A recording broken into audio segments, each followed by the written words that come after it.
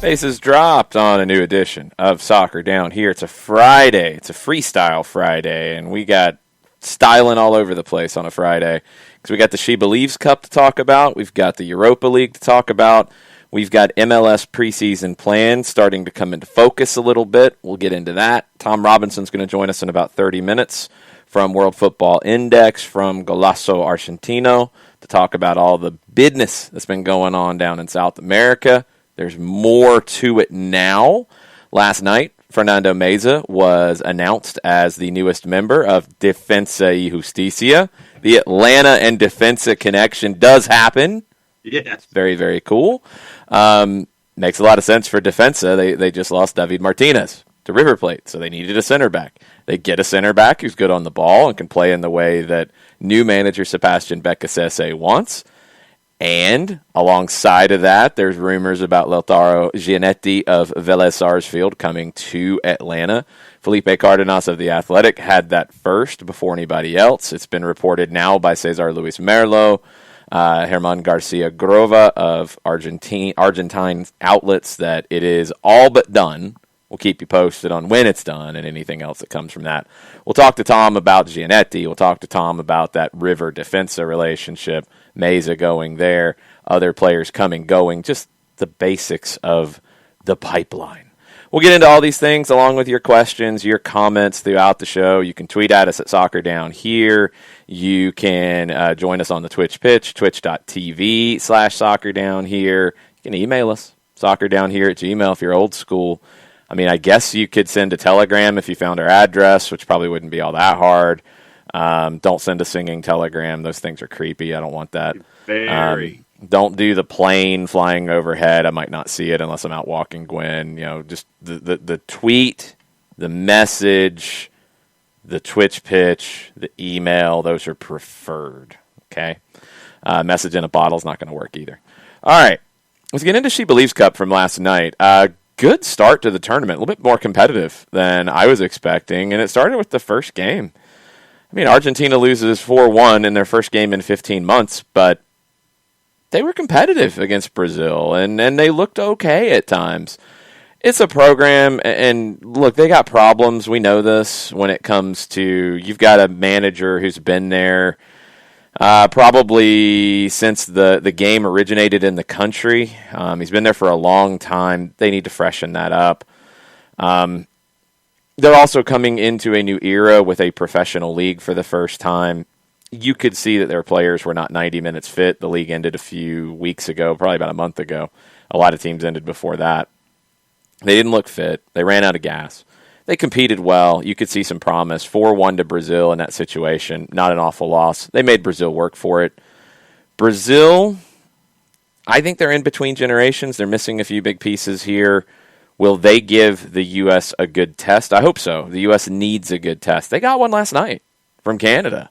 I didn't expect Canada to play as well as they did. Canada's missing most of their big names due to injury and due to not being called up because of quarantine issues. Remember, clubs could decline a call-up if it resulted in a quarantine on either side of the call-up, either coming or going. So a lot of the Canadian players playing in France, not here. They competed really, really well. The U.S. started the better of the play, but I think Canada kept them honest. I think Canada threatened them fairly often. And it took some reinforcements. It took a moment of brilliance from Rose Lavelle, who is that player for the U.S. It feels like when you need somebody to break a game open, that's Rose Lavelle. You want to find a way to get her on the field for 90 minutes as often as possible. That seemed to be a bit of a challenge. You've got to find the right system because I think she is your game changer. I think she is the most impactful player in the U.S. program right now. So excited to see what happens the rest of the way. I hope this wasn't the only competitive game the U.S. gets. They should walk through Argentina. We know that. I hope Brazil gives them a good test. But Canada fought hard, made the U.S. work for it. We learned a little bit about the U.S. last night. Yeah, and from the Canadian perspective on the broadcast, toward the end of the U.S.-Canada match, JP Dellacamera is asking Ali Wagner, you know, if you're Canada, do you take a 1-0 loss? knowing that this is your mortal enemy when it comes to women's soccer and things like that. And the prevailing opinion is that if you're Canada, you take a 1-0 loss, even though you had a lot of opportunities, and there were some when the game would get stretched in the second half where you were wondering, if Canada pulled the trigger and it would get past Alyssa Nair, then you'd have a 1-1 match for the final 20 minutes or so. But I think if you're Canada, I think that there's a lot to build with, especially with all of the absences and only losing 1-0. You take this one and you learn from it for the remaining 2 matches of the tournament, even though I know that I'm fairly certain that both JP and Allie were Allie was playing for TV a little bit, saying no, that they're not going to take it because they're a mortal enemy.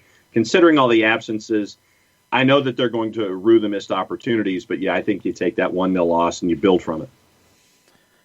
You don't take a 1-0 loss. I mean, no, they're not going to do that. They do need to build from it. It was a good performance. All these things are, I think they're all true. On the U.S. side, you give Canada their props for their performance, but you do wonder a little bit why you weren't able to break that game open sooner. Yeah, it's a question. It's a valid one, and it's something that, look, we've seen a few times with the U.S. when they are tested, they can't just show up and expect to win anymore. I think, and that's a good thing. That's a good thing for the women's game worldwide. The ratings at Soccer America, we'll run through them real quick. Alyssa Nair got a 4. I think that's a little harsh. The back line, 5s for Purse and Sauerbrunn, a 6 for Dahlkemper, a 3 for Dunn. I might have flipped Dunn and Purse because Canada should have had a penalty. Canada should have had a penalty for the handball on Midge Purse. She had her arm out on the end line. It was clear as day. Clear as day. It should have been a penalty. It was a big miss by the referees. Midfielders gave a 3 to Macario, a 5 to Ertz, a 7 to Horan. I thought Horan was very good. Up front, Williams with a 4, Lloyd with a 4, Rapinoe with a 3. Soccer America was harsh. Press got a 3, Morgan got a 3. Morgan had a great chance that she needed to bury. I can get that. Lavelle got a 7. I would have given her a little bit more. Christy Mewis got a 6. Casey Kruger, you probably know as Casey Short, a 5. Emily Sonnet, a 5. Some of them are a little harsh, but, they should have beat a second-string Canadian squad easier. So maybe it's not so harsh. Maybe we're still kind of figuring out what the new era is for the U.S. women, where they're not expected to just roll over everybody. This tournament, we might have got a better sense of it if Japan was in it. I want to see how Brazil pushes the U.S. and how Brazil competes with them. They need to be better. The U.S. has to be better than they were in this one. This was good, but not at their standard. And I think that's a fair way to put it.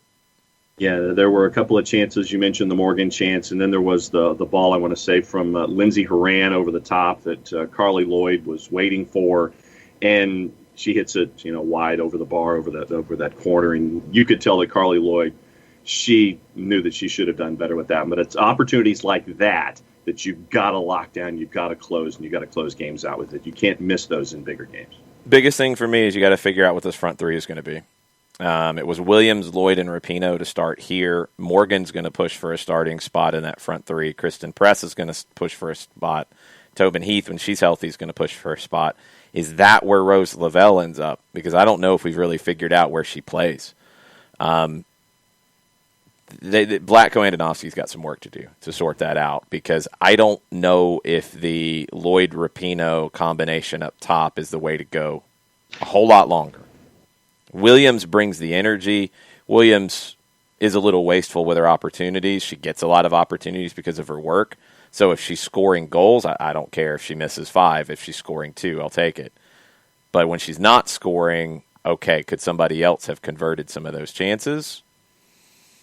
Do they create as many chances? That's the balancing act you're trying to find here. I'd like to see maybe a combo of Williams on one side, Lavelle on the other in a free role, and Morgan as the 9. Or Press as the 9. Press maybe as a 9 would be interesting. I don't know. Vlatko's going to have to figure this out. You've still got more talent than most teams. You're still going to win a lot of games that you don't play well in. need to play better. And you're going to start to get tested a little bit more going into the Olympics. So we shall see. If you guys have comments on She Believes, we'll continue talking about it as we go this morning. But also, I know we'll be digging into it with Jessica Charman. We were texting back and forth during the match last night. She's got some opinions about the first game and the second game, and I know she'll have opinions about the second round of games. That'll come out on Tuesday. Make sure you're subscribed to Soccer Down here on your favorite podcatcher. Let's get into the Atlanta United stuff as an update ahead of Tom Robinson joining us here in a bit. We mentioned the Fernando Meza one. The reactions to it have been all over the map. The reactions don't drive what a front office does. But it's been a little confusing because I don't know if Meza was ever truly embraced by the fan base. He started well, in my opinion, when he came in. And it almost feels like two different seasons, the pre-pandemic little short bit and the post-pandemic stuff. I thought he started well with the team in the 2 games in CONCACAF against Motagua and the 2 MLS games before everything shut down. The game in the Estadio Azteca, he struggled. He got caught a couple times. He did. But that doesn't wash away for good performances either, and I feel like maybe for a lot of people it did. Afterwards, there was some chatter, and I don't know how much is accurate and how much of an effect it was. I don't think his family was ever able to join him in Atlanta. By most reports, I think they stayed in Mexico, where he had come from his time at Necaxa. Was that difficult? I would imagine it would be. It'd be difficult for almost everybody. Just being in a new place, in a new city, in a new country, in a new league during a global pandemic, it's not exactly the easiest time to get settled. Also, having a manager bring you in, and then that manager moving on, and then another manager coming in, and then things changing a little bit, and playing a higher line, playing a little bit different style. Things changed. And I thought Fernando Meza was a veteran, and he worked hard, and he gave you what he had. And if the decision is now to get younger, to maybe get more mobile, to get a little quicker, to be able to play a higher line more comfortably, well, then you do this, and you loan him to Defensa y Justicia, who has the need. We talked about it. Martinez is gone, so they needed somebody to step in and be able to play. They are going to be in a kind of a weird situation with a lot of games with the Copa de la Liga going on right now, with the second half of the year, with a league format of 25 games, with Copa Argentina that'll be going on. And they're in the Copa Libertadores group stage, so that's 6 games as well. They need the depth. They don't have a big roster at all. Makes sense to do the business here. Now, in Argentina, it was reported as a 6-month loan with an option to extend. That is not how it was reported from Atlanta United. It was reported as a loan. I don't believe it was even reported specifically as a 1-year loan. It was a loan. So is there an option to cut it at 6 months or not? I don't know. I don't have that answer for you. It was reported that way in Argentina, that it was 6 months and it could be renewed. That's what we know so far. The Giannetti stuff, you went after Martinez. You didn't get that move done. River came in, got it done for them. Not a shock you go back into the market, and especially not a shock that as the window in Argentina closed yesterday, that's why the Meza deal had to get done yesterday on that end. The incoming window in Argentina closed yesterday. You could still sign players from Argentina because the incoming window here is open. Makes a lot of sense. If you try to get a move, you try to get Martinez, you don't get that one done, to go back to the market. Also makes sense to go to a team that your manager knows very well and a player that your manager is very comfortable with. Martinez was younger. Martinez was a lefty. Maybe he was preferred. You couldn't pull that one off. So what do? You go to somebody who knows exactly how you want to play. You go to somebody who has been a leader for your team in the past at Vélez. You go to somebody who's spoken very highly of the manager and loved the way that they played, and you bring him in because that comfort level is very easy. You expected Martinez to be able to adjust and adapt, and the system that Hernan Crespo and Defensa y Justicia was playing had a lot of similarities to what we'll see from Gabriel Heinze. But when you can't get that move done, you go to the safe plan B. And Giannetti is a safe plan B. Probably a little more expensive because he's more of a veteran player, but a safe plan B in terms of walking in the door, walking on the training pitch. Yep, We've done that work. I know exactly what we're doing here. Hey, Robinson. Hey, Campbell. Hey, Morales. This is how we're going to do it. This is what we do. Let's work together. Let's do this. You want to bring somebody in like that. If you have to go back to the market with time winding down, you want more of a sure thing. You don't have time to gamble as much. So this makes a lot of sense in that regard. It's been reported as all but done. We'll keep you posted on the updates out of Argentina on it. Yeah, and the comfortability, for creating a word or a lack of a better word, just the comfortability. Comfortability, just the knowledge base is there. Is the level comfortableness maybe a better way to put it? Sure. Is that even a word? It is now. Comfort level? How about that? Comfort, yeah. I think that's maybe the most accepted way to put it. Yeah, so the comfort level is there with a player like Giannetti coming in with what is anticipated from that position in as a part of the framework that you're anticipating from Atlanta United. So completely understand that you want to bring in a player like Giannetti to help out and be one of those anchors back there. So no, it ticked off a lot of boxes when it came to bringing him into what we're anticipating as a transaction for Atlanta United. Yeah, it's just everything changed. If you had had more time, maybe you would have went for a younger player. Maybe you would have went for more of a player that you maybe weren't quite as sure of, that you thought could grow into even better than an established pro. I mean, Lautaro Giannetti's an established pro. Sporting Kansas City's been after him for a little while. He has done the job at Vélez for quite a while. You know what you're going to get. Solid. He knows the manager. The manager knows him. There's that comfort level that is so important. And where you are now with camp opening next week, if it's not fully open now without Gabriel Heinze there, I mean, it's seriously like high school conditioning at this point. The manager can't be there till the 24th, but if everybody passes their quarantine, they can work together, I guess. I don't know. 24th is the first day with the coaching staff. So you want to get somebody in who is going to know exactly what's going on day one. Giannetti is not left-footed, Michael Ruiz. It is no reason to freak out. There are tons of left center backs who are right-footed. It goes back again to you went after a left-footed center back on the rise who has shown very, very well, and you weren't able to pull that one off. Now you go to somebody who can play the way you want to play. Right-footed players can play on the left side all day long. Left-footed players can play on the right side all day long. Yeah, I know, Michael, you're not. It's become an issue, and it's weird because nobody was talking about it until like a few days ago, and now it's like the hot topic of left-footed center backs. It's okay. It's all right. You're going to see inverted wingers and outside backs at times with this team, and that's okay too. Don't freak out. It's all good. If Miles plays on the left, if Giannetti plays on the left, they're going to figure out what works best, and they're going to move that way. It's okay. It's okay.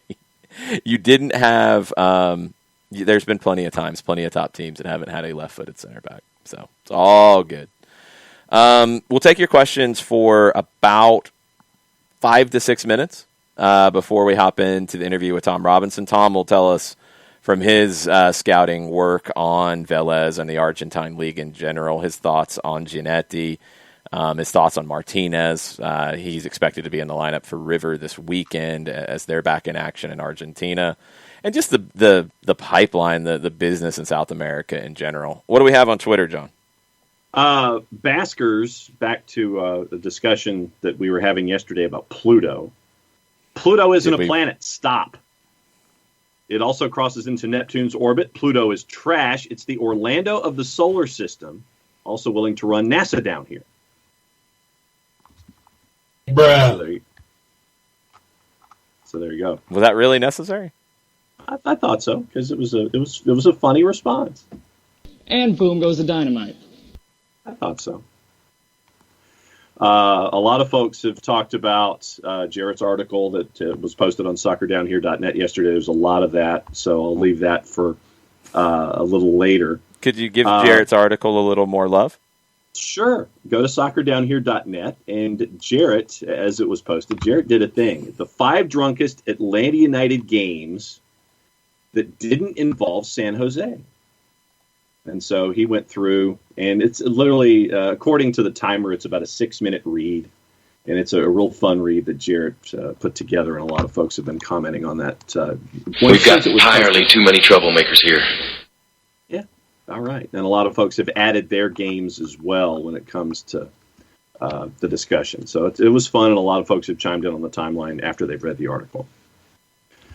Trey Morrison says that he's not crazy about Meza departing.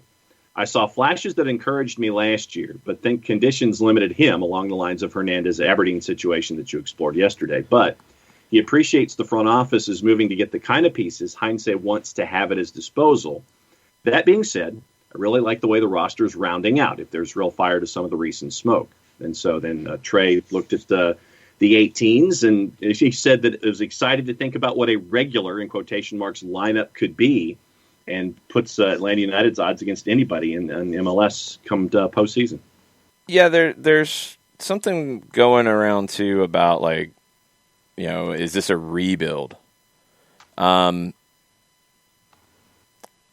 me, when you say a team is rebuilding, you don't expect them to be very good. That factors into a rebuild conversation for me. And when it came up, months ago on the show, I think it was Uncle No Pockets, and we were going back and forth about it. And I said it's not going to be a rebuild. I never said there wouldn't be, like, moves. There's been more than I thought. There's been more than I expected. But for me, a rebuild is you don't expect to be very good. You need time. And there does need to be patience here. There needs to be reasonable expectations. To play in this kind of style and this kind of philosophy, yeah, it's not going to be perfect day one. You're going to take chances and you're going to take risks that you're going to get caught with a mistake. And that's okay. That's part of the process. So, like, yeah, if you finish 3rd or 4th in the East this season and you go into the playoffs as a dangerous team, that's not bad. That's not a bad year. It's not a horrible year. Again, the nature of MLS, you win the MLS Cup in the playoffs, you're the champ. I think rebuild has a connotation beyond just moves and number of moves. Mm-hmm.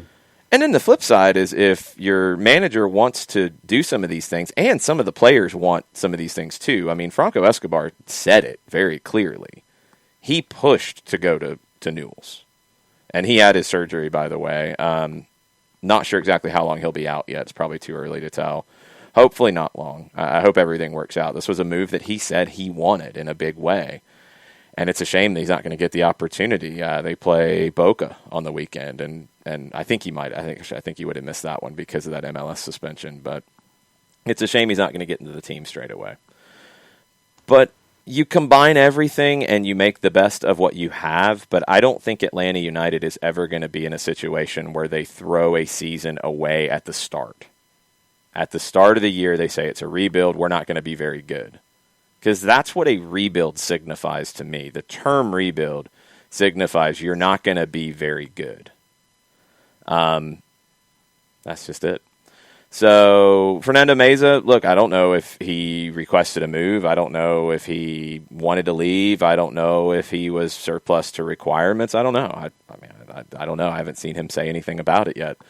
We'll see when he's introduced at Defensa, if they do that, what he has to say and how he puts it out there. But I thought he worked hard and he was fine. I didn't have any major issues with Fernando Meza in the team this year. You were going to have some issues playing a very high line, and it is going to be a very high line, an extremely high line. You're going to have some issues with that if Fernando Meza is in it. Now, it's different with what Defensa is going to do, because they play a high line, but they've been playing in a 3-4-3, so you've got 2 people there with him. Okay, that's a little different. We'll see if Sebastian Becasese changes that, by the way. Maybe he does. I don't know. Maybe he moves Meza into midfield. I just saw Burned earlier on the Twitch pitch was saying that Meza looks more like a central midfielder. Five Stripe Stunner, I thoroughly disagree, my friend. It's not a rebuild just because a bunch of moves have been made. When Manchester City makes a bunch of moves, or when Liverpool brought in like 4 or 5 guys when they had all their cash, was that a rebuild? No, it wasn't a rebuild because they were expected to be good. I think Atlanta United's expected to be good. That's part of it. Is it a reload? Yeah, absolutely, because you're making a bunch of changes. But rebuild for me is totally not expecting to be good yet. That's the way I take it. That's the way I think it's commonly discussed in sports. And I know people have their feelings about some of the front office, and I can't understand the pretzel logic sometimes, but is what it is. If making a bunch of moves to make the manager happy is a bad thing, or not making a bunch of moves to not have it be called a reload or a rebuild, like I don't know what to do at times. I don't know how to make everybody happy or what will make people happy. So I hope good play on the field does, and I hope an exciting style of play does. Not one that's going to be perfect. There will be mistakes in it. It will happen. But I hope that getting a new season going, getting some of the 2020 stuff washed away, getting some of that negativity washed away, and the fan base too. I hope it feels like a new start for everybody. I really do, because, man, it feels like no matter what you do at this point, it's going to start some kind of angst. Let's not be angsty anymore. Let's try to not be angsty, please.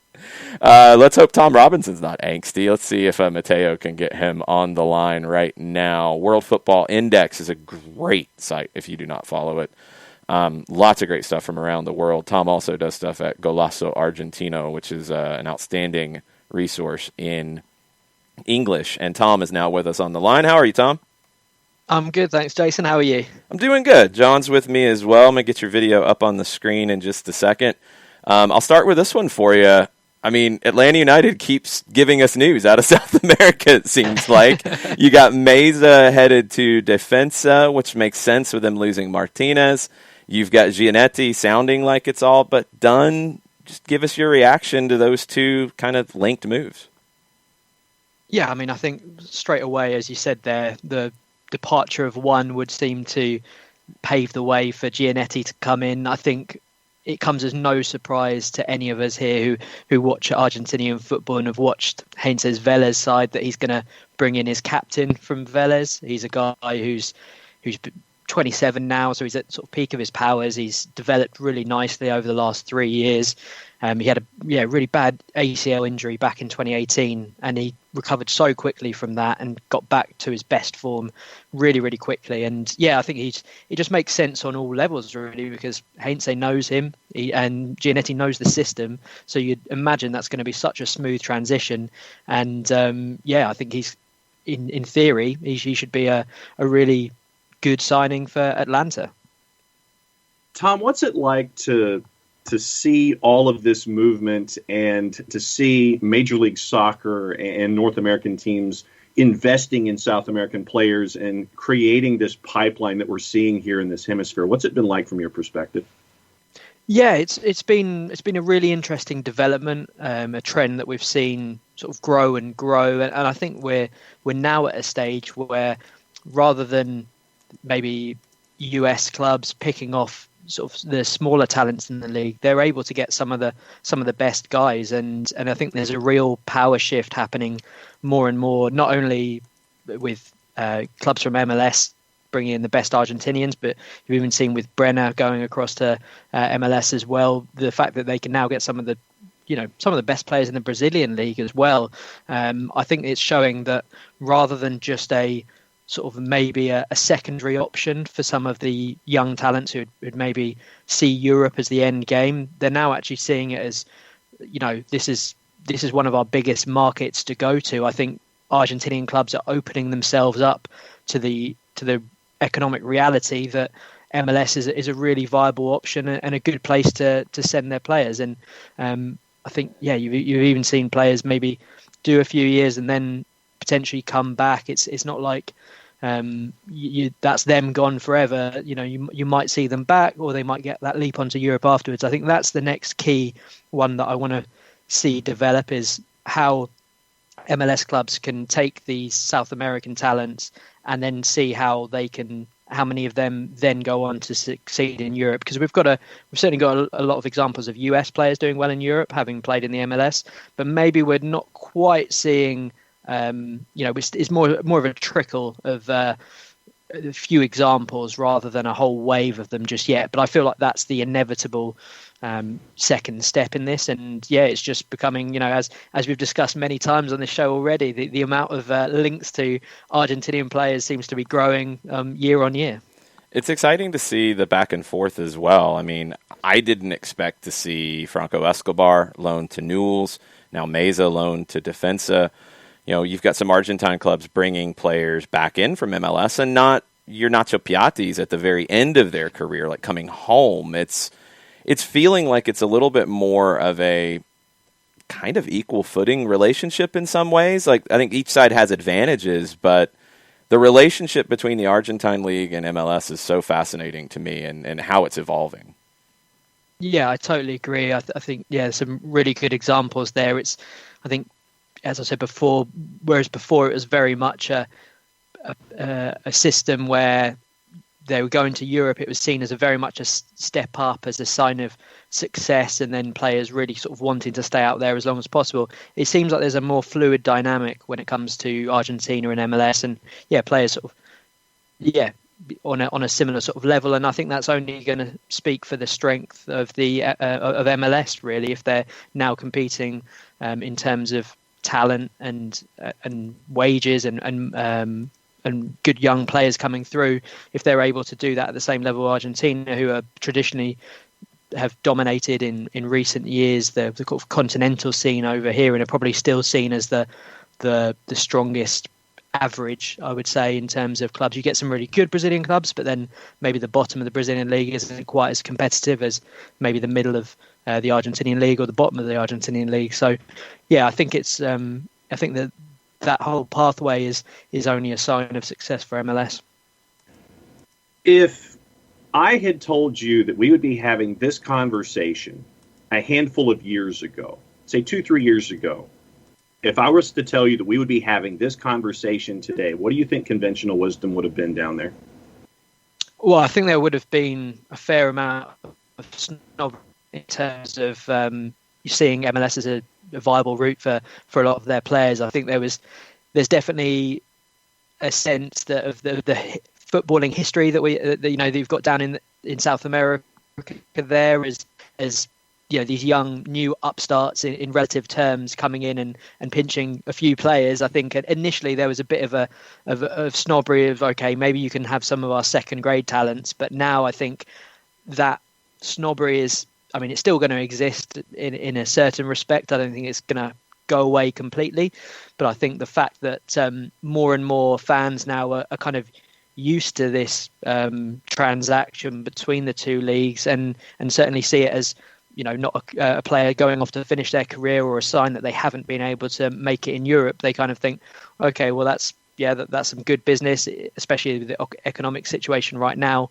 Certainly with the Vélez side of things from the Giannetti deal, I think they're sort of thinking, on one hand, we're quite annoyed that we've lost our captain just ahead of our Libertadores campaign, the first time in 7 years that they're back in the Libertadores. But on the other hand, they think, well, that's a good amount of money that we can get up front, that we can't really be turning our noses up at the moment. Yeah, it's tricky, and the financial situation, I know, has changed so much of it, maybe faster than people would have expected.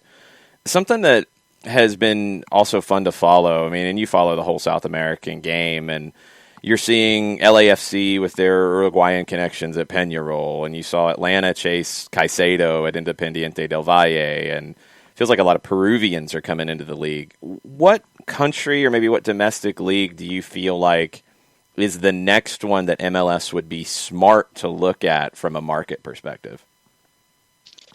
Yeah, I think Ecuador's probably the one. I feel like they've got a really good crop of young players who are coming through. Caicedo obviously at the helm of that, and I think they're traditionally a nation that produces some not only technically fantastic players, but some also, some guys who are very exciting, physically can fit in with the league as well. And I think generally we're seeing more and more young Ecuadorians come through who I think will be, a promising acquisition for any club, be it in North America or South America. Venezuela as well, obviously, after their success at the Under-20 World Cup a few years ago, and obviously you've got one coming in, Ronald Hernandez as well, coming in to Atlanta by the looks of it as well. So, they're a side that I think they've seen the biggest growth from going from absolute minnows. Traditionally it's a country that's probably number one sport was more associated with baseball. But football has grown massively, and they're no longer the whipping boys in South America. They're still looking for that first World Cup appearance, but the fact they did so well at the Under-20 World Cup a few years ago suggests that there's something bubbling there, and there's a lot of good young players who again, are going to be pretty risk-free investments for MLS clubs. So I think that's really interesting. I think another thing as well that's going to be really fascinating is a lot of championship clubs in the UK, I think, are going to be looking across to South America in the near future because of the changes due to Brexit. They can no longer pick up these guys in the second sort of divisions in France, Italy, Spain, Germany.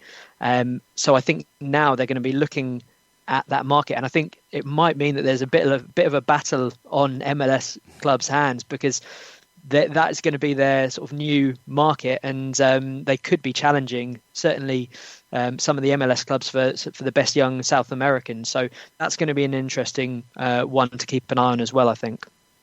When it comes to this past transfer window from a coverage standpoint, for those following the South American game, kind of for the first time, just kind of getting used to what they're seeing when it comes to players in, players out, that kind of stuff.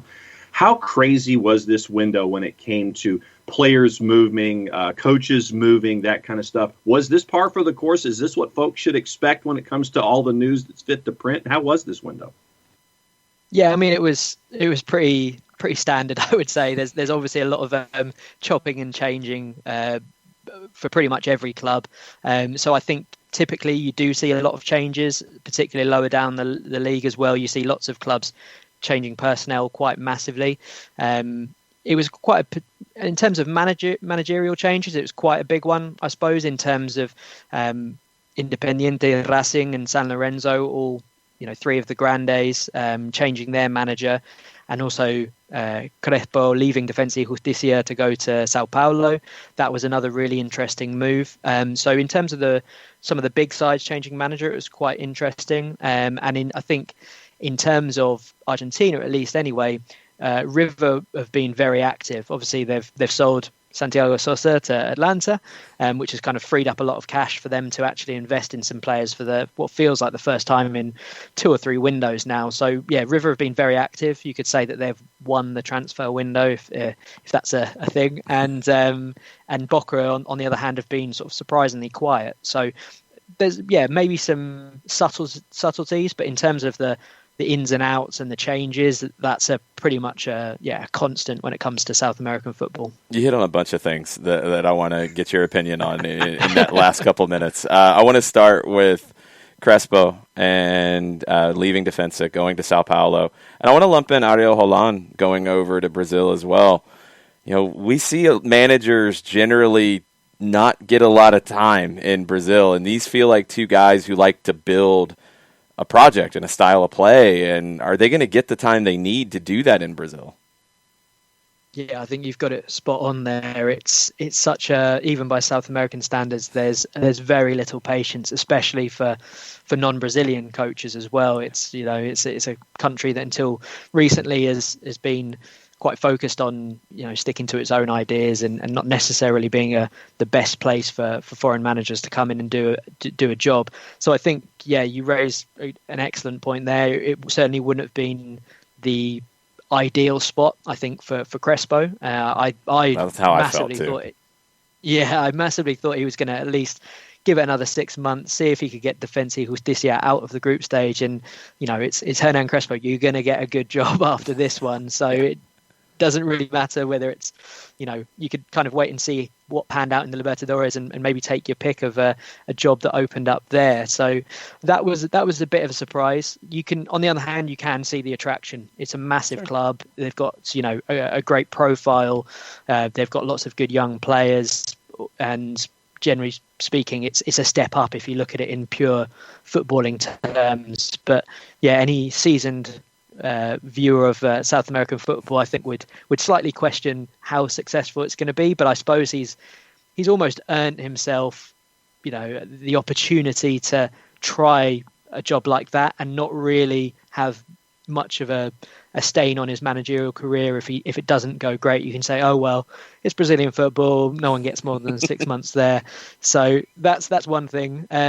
I think Olan is a really fascinating coach. Another guy who came through Defensa y Justicia early on in his career before doing well at Independiente, and he's done well in Chile as well. So I think going across to Santos, that's got the makings of a squad that would fit his style. Lots of young players, lots of willing runners, and I think even though there's a lot of turmoil off the field there, and again you could question the how sensible that is. That's one that I've maybe a little bit more intrigued to go. But yeah, I think unless they massively change their sort of short-term mentalities, then it might not necessarily be a job that either of them are keeping for a great deal of time, even if they do well.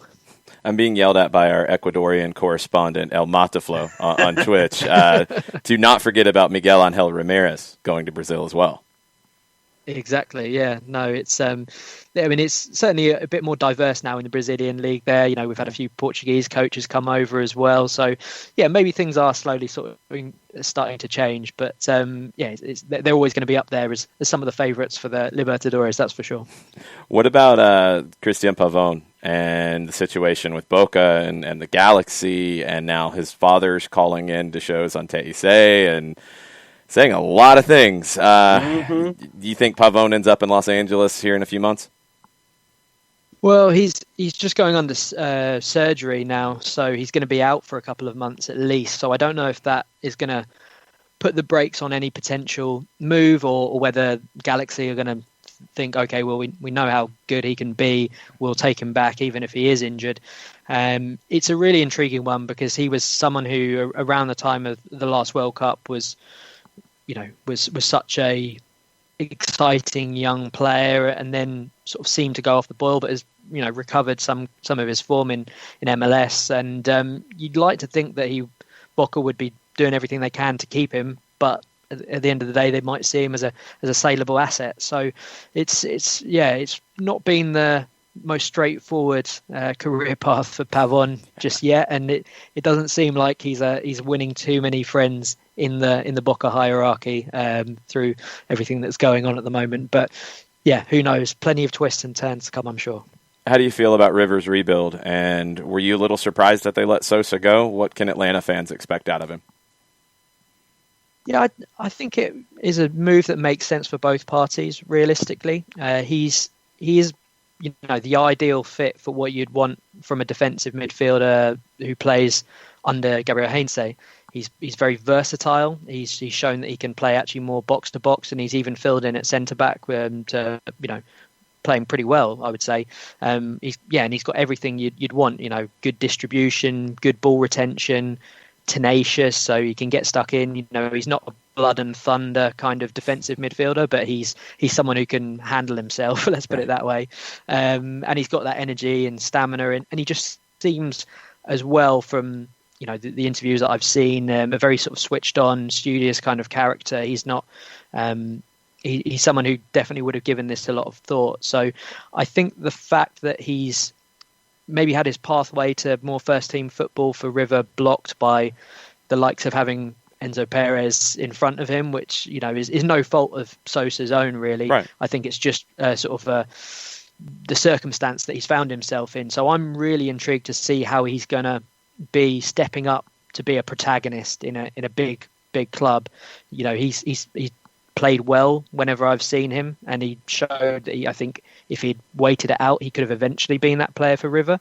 But I think it's an ambitious move for him, and it's one that I think, yeah, we just haven't seen enough of him to know whether he can do it on a consistent basis. And I don't mean that as a criticism of him at all. I think it's just purely something I'm really intrigued to see, because this could be the platform that allows him to kick on. You know, he's been highly rated for some time. Everton tried to buy him a couple of years ago, but had work permit issues, and he did well for the under-20s, the Argentina under-20s about a couple of years ago now.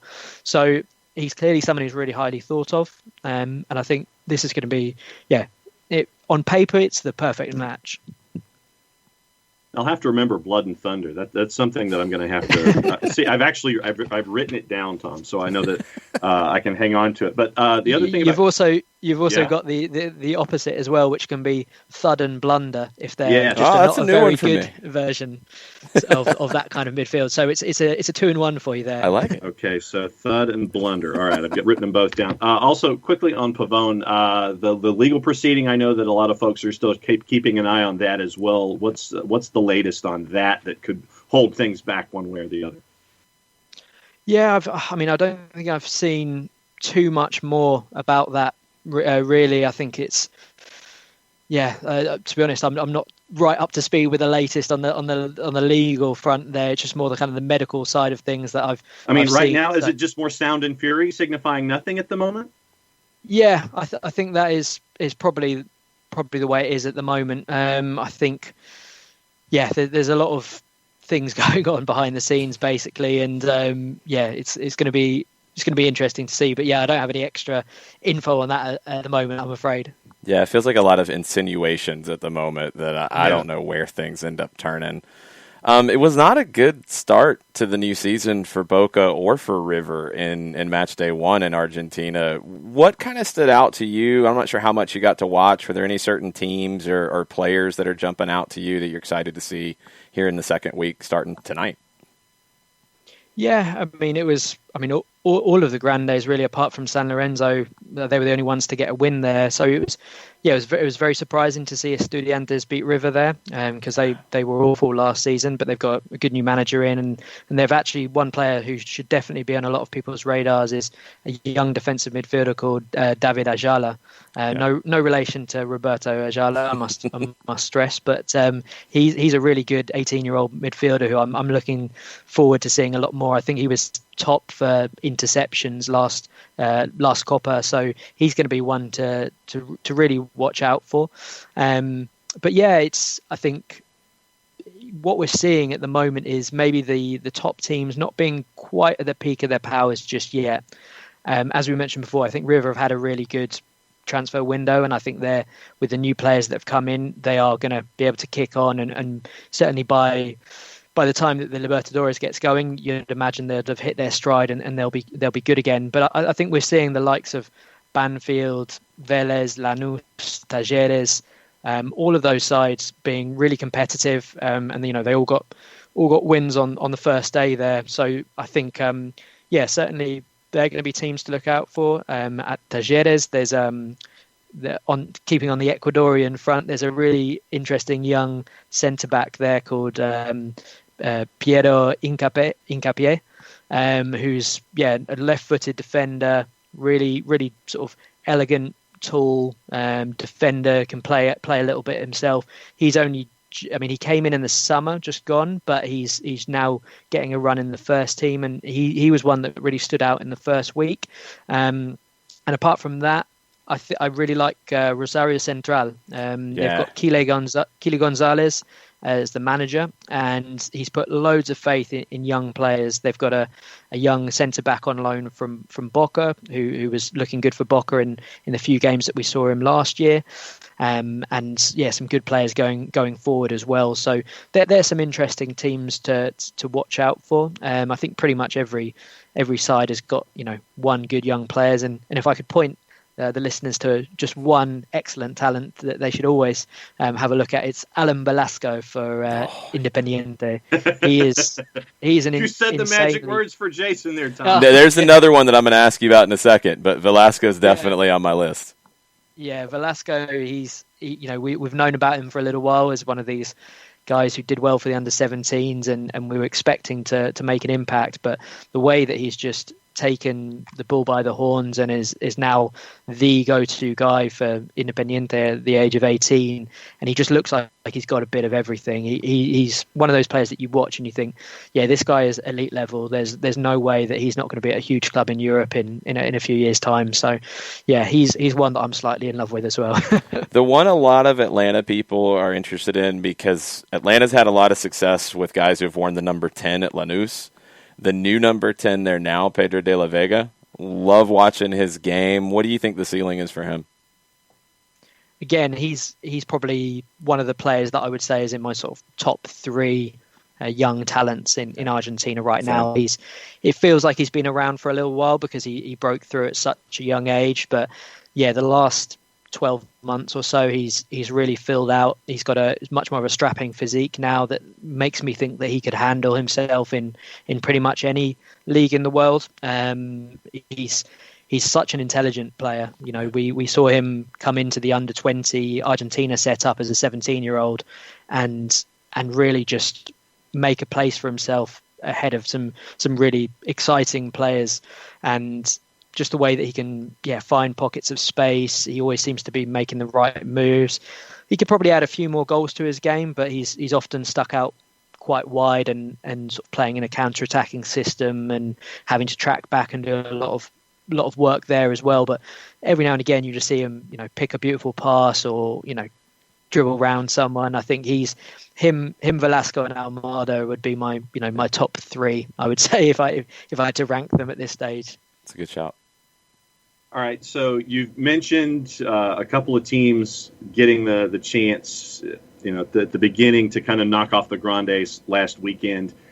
If there was a team that you thought could surprise in this particular season, who do you think could be right there on the heels of the Grandes, or somebody that really could surprise this in this go-round?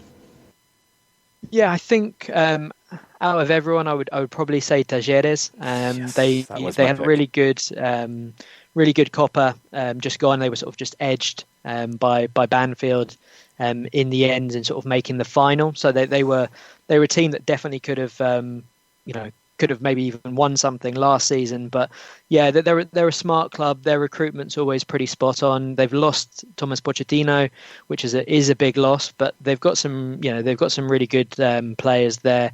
Diego Baloyes, young Colombian wide man who's very exciting, and he had a great game. He got he was very important in their goal for their winner, and a really good young defensive midfielder, Federico Navarro. So they've got some good strength and depth. They're always thinking a couple of steps ahead. So I like them as a potential team that could do well. And Banfield as well, probably another that while we kind of know how good at youth production Vélez and Lanús are, I think Banfield have shown that they've managed to hold on to their kind of 2 main midfield guys, Galopo and Pajero, and I think they're going to be up there again. So yeah, it's going to be very interesting, and given that it's this new format that it's always changing the format, so there's always a chance. There's always chance of a surprise winner. So yeah, there's plenty more to come, and I'll probably be on in a few months' time with egg all over my face when Boca have won another title. What about Becasese going back to Defensa? Do you see that one coming? Yeah, I mean I thought that he was maybe holding out for a bigger job after having been at Racing. Yeah. It seemed a bit of a knee-jerk reaction to go back, but he's got a good relationship with the club, and Braganic, who's kind of the man behind the scenes. Not everyone in Argentina is a huge fan of him, but he's it's the 3rd time he's back at Defensa. He knows what he's going to get. I think if anything, this time he's proven from his last couple of jobs that he can do it. He can maybe kick on to the next level, and this is more of a just a placeholder for him for 6 months or so. So I don't think he'll necessarily be hanging around for too long. I think the way that Racing went out to Boca in the Libertadores, kind of put a sour taste to the end of that project at Racing. And obviously a lot of turmoil off the field with Milito going, so maybe the conditions for him at Racing weren't there anymore.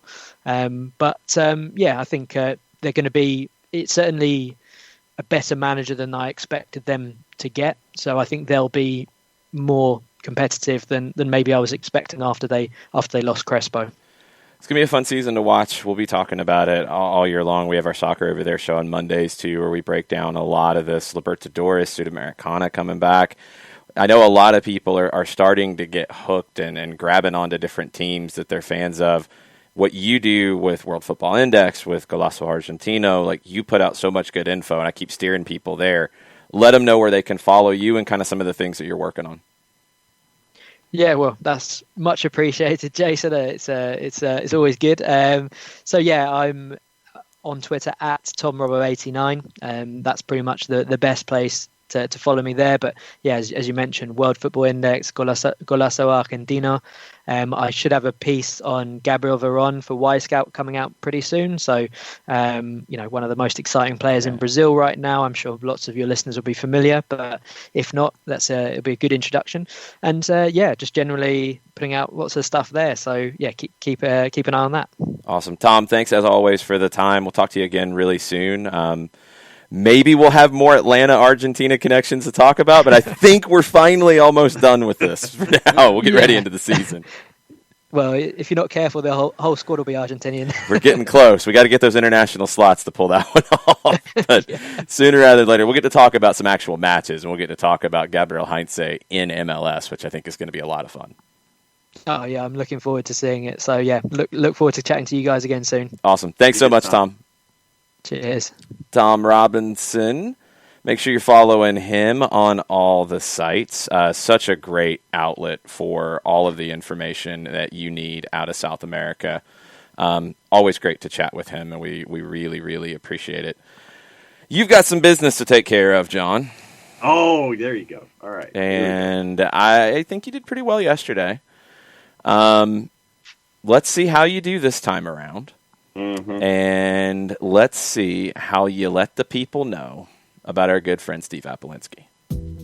Apolinsky and Associates, LLC, proud supporters of everything soccer down here in the SDH network. For wrongful death and serious injury matters, there's only one place that you need to go, and it's to catch up with Apolinsky and Associates, LLC. A couple different ways that you can do that. You can give them a call, get a free consultation, 404-377-9191. You can shoot Steve an email directly, steve at aa-legal.com, or you can go on the World Wide Web, large device or small. Type in aa-legal.com. In the taskbar, hit enter, hit return, hit the arrow key, whatever advances it to the homepage. And in addition to all the information that is there on the homepage for Apolinsky and Associates, LLC, if you still have questions, you can get them answered because a pop-up window pops up. That's what pop-up windows do. They pop up 24/7, 365 and a quarter. You can get your questions answered in a bunch of different ways. Recognized as legally by Georgia Trend Magazine for being one of the top 100 firms in this here state of Georgia. Over 30 years of experience, over $40 million in judgments for their clients in Georgia and Alabama, the Eastern and the Central time zones, by the way. So for wrongful death and serious injury matters in two separate time zones, you can get your questions answered and all of your problems addressed at Apolinsky and Associates, LLC. The website is aa-legal.com. Interesting. I am waiting to see what the scores look like on this one. Oh, yeah. The introduction of the time zones. They could go a bunch of different directions. I don't know if this is going to be good I'm sure that the East German judge will have a day. Well, that's what they always do. So there will be one for sure. We know that. Mm-hmm. You got a 6. You got a nicely done. Thought it was a little long. It was about normal time. Wouldn't a nicely done be more like a C, like a 7.5 or something? The nicely done and the 6 were different people, John. Ah, okay. Yeah. 8.2, a 9, a solid 7. Not outstanding, not bad. A +2 for the Central Time, guys. Will gives you a +2. Very nice. 6, okay. Meh. J-Dub, we haven't had an angry read in a while. We keep getting these mild reads. 7.5, though. It was a good read, given that you weren't in a rage. So No. what? Now I have to start yelling at John about his cooking right before he does the read? Probably. Okay, but then fair but then I would be laughing. I wouldn't necessarily be angry though. Okay, I can come up with something to get you going. 5.8235, below average but okay. 8.5, back-to-back decent readings. Matt Wagner feels like the Friday critics are harsh. Maybe a little bit. 8 Eastern, 7 Central out of 10. So 7.5, I guess. 7.5, not bad, not good, just decent. 7, pretty average. Mm-hmm. Fridays aren't supposed to be meh, and this really feels meh. Okay. Interesting. Fridays are supposed to be good, not meh. Plus 1 for the Central shout. That got you to a 7. Okay. Would have been a 6 without that. We expect perfection, John. That's what the people are telling you. Well, what is it? Practice doesn't make perfect. Perfect practice makes perfect. That makes 0 sense at all. But anyway. 8.2. The pop-up explanation added to the difficulty. Ragamuffin gives you a 10. Wow. Ricky's telling me I should talk about Mindy Kaling to get you riled up. That's what I figured you were going. That's what I figured you were going to reference there, yeah. South Georgia gives you an 18, but again, I don't know the South Georgia scoring scale. I think it's different than the Metro scale. Yeah. So I'm not sure what that is. Okay. It could be out of 10. It could be out of 500. I don't know. Yeah, exactly. Yeah, and that's the question. That's the question for South Georgia is what is your sliding scale, so we know what an 18 translates into. Things are done differently down there. That's all I know. Accurate. Yes. All right. So let's talk a little Europa League because it was drunk yesterday. It was on a bender of intoxication rarely seen outside of an SEC frat house. Some of the not quite as drunk ones, Manchester United took advantage of a hungover Real Sociedad, 4-0. Oof. Very bad. Great win for Manchester United. They are very happy with it. You had some others that were okay. I mean, I guess slightly intoxicated Lille and Ajax, where Timothy Weah gets a goal, which Timothy Weah should get an opportunity at the number 9 for the U.S. men's national team, just saying. And then they gave up 2, and Ajax ends up winning on the road. That's not good for Lille. Very drunk on probably not the good Scotch. Rangers, their 4-3 win over Royal Antwerp. Topsy-turvy is one way I've seen it described. So Rangers was up 1-0. They fell behind 3-2 with less than 10 minutes. They got it to 3-3. Then they got a VAR handball penalty to win 4-3, correct? Yeah, and Barisic, the Rangers player that took the penalty, felt compelled to want to stick his finger in the Antwerp keeper's face, but there were some teammates who kind of restricted his airspace and kept him from extending his index finger, but he wanted to really show up the Antwerp keeper after putting it in the back of the net. Well, he won 4-3. What's wrong with that? Why acting like that's a big deal? But no, I'm just waiting for the return because if Antwerp comes from behind and wins, it wouldn't surprise me. And Jarrett agreed with me on this that the Antwerp keeper probably would find Barisic and put his finger in Barisic's face. Yippee! It's like, dude, act like you've been there before. It's a key moment in the match. You get the penalty, you get it won, you turn around, you get back. There's still time on the clock. They won 4-3. Like, you're going to be intoxicated winning 4-3. Of course you're going to put your finger in somebody's face. It was absolutely a crazy last 10 minutes. Yeah, like, let the man celebrate. He wants to show somebody up. All right, back it up. He scored. If he does something stupid in the next game, then they'll show him up. That's what happens. He was probably very, very excited about it boosting Scotland's UEFA coefficient, is why he was so excited and putting fingers in people's faces. Scotland might get an automatic place in the 2022-23 Champions League group stage, especially if Rangers can get through in the second leg. Yep. But that was a big, big win for Scotland as a whole, even though some people probably don't really like that Rangers might be the ones helping them. Yep. Young Boys in Leverkusen was massively intoxicated. Yes. Young Boys ends up winning in the 89th after blowing a 3-0 lead. Yes. Game. And it was in very short order that the lead was blown. And I think I walked Gwyn, and I come back, and it's 3-3.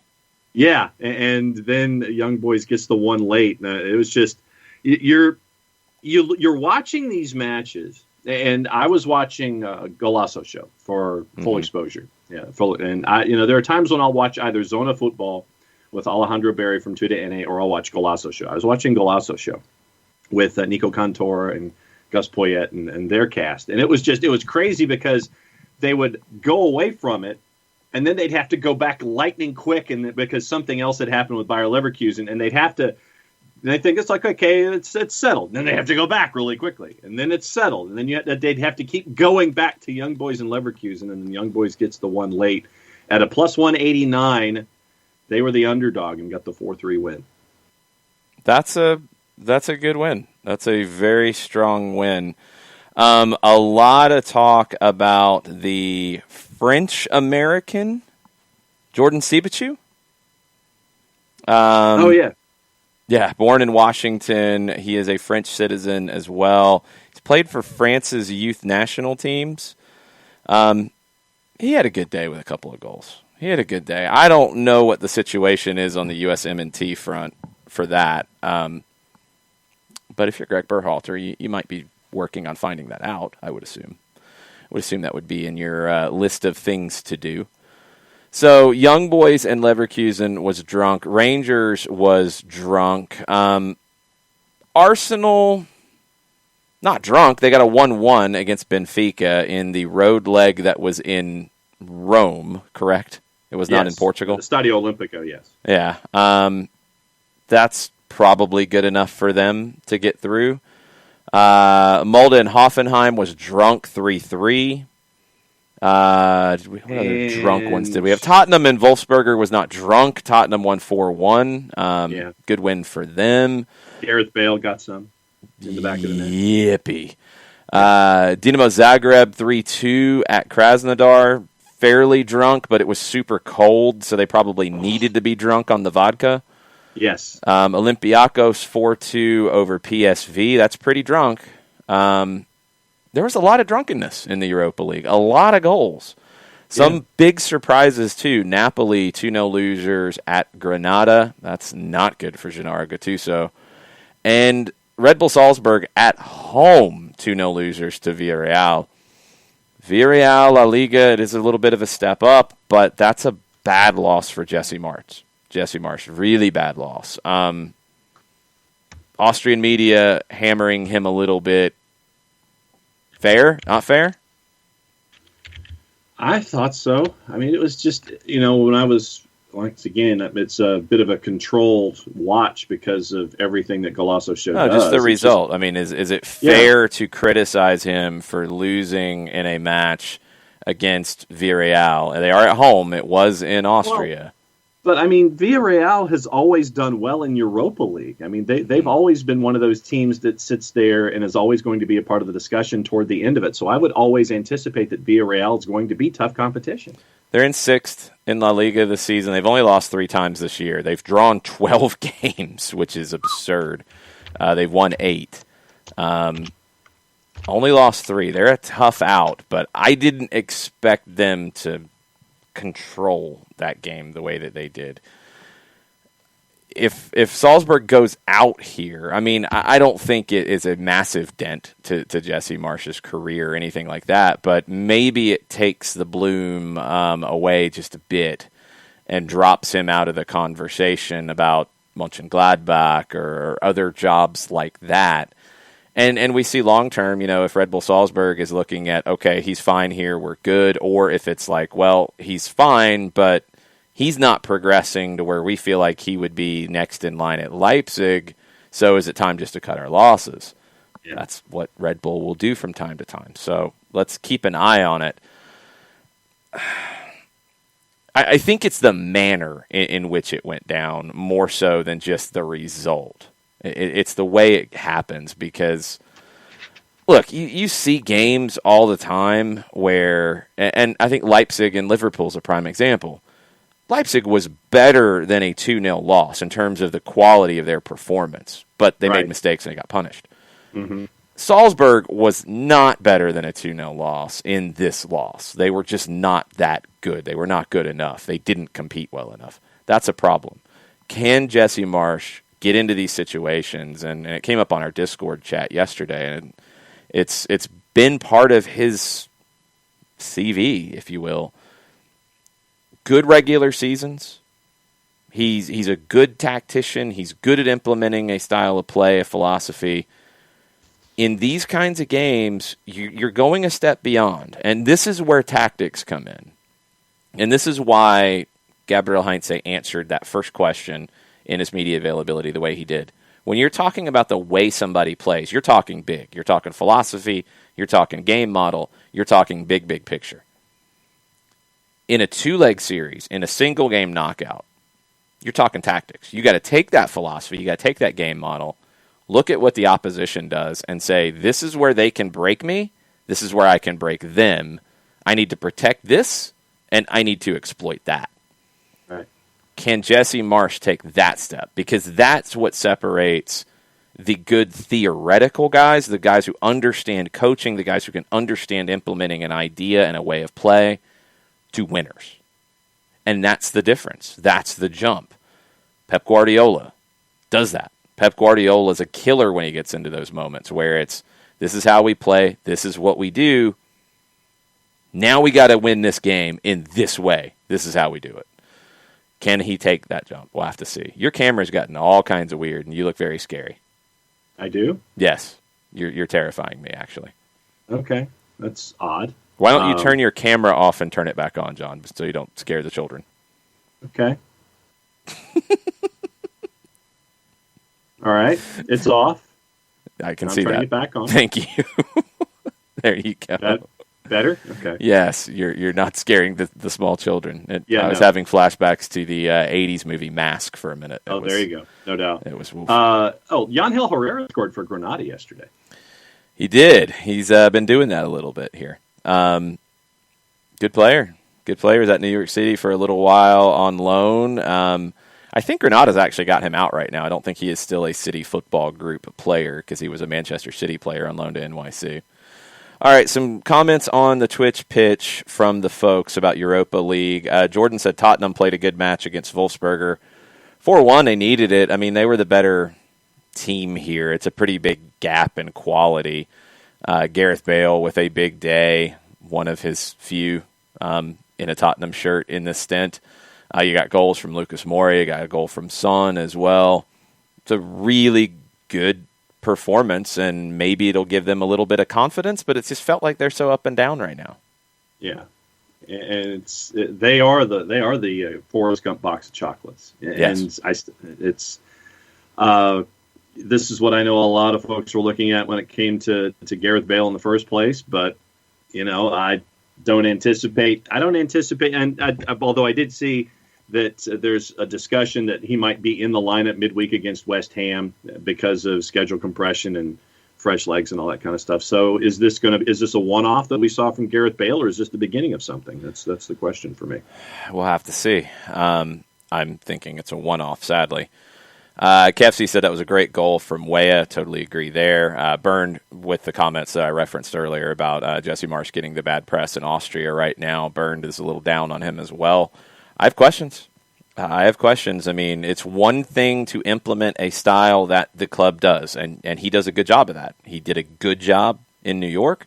He's doing a good job in Austria. But to take the next step, you got to win these games and have the right tactics on the day. And he struggled in the postseason in New York. And now you have this. Let's see what he does in the second leg. A lot of Spurs talk. The Spurs fans are happy. The Spurs fans are very, very happy about this one. We have quite a few Spurs fans in the mix.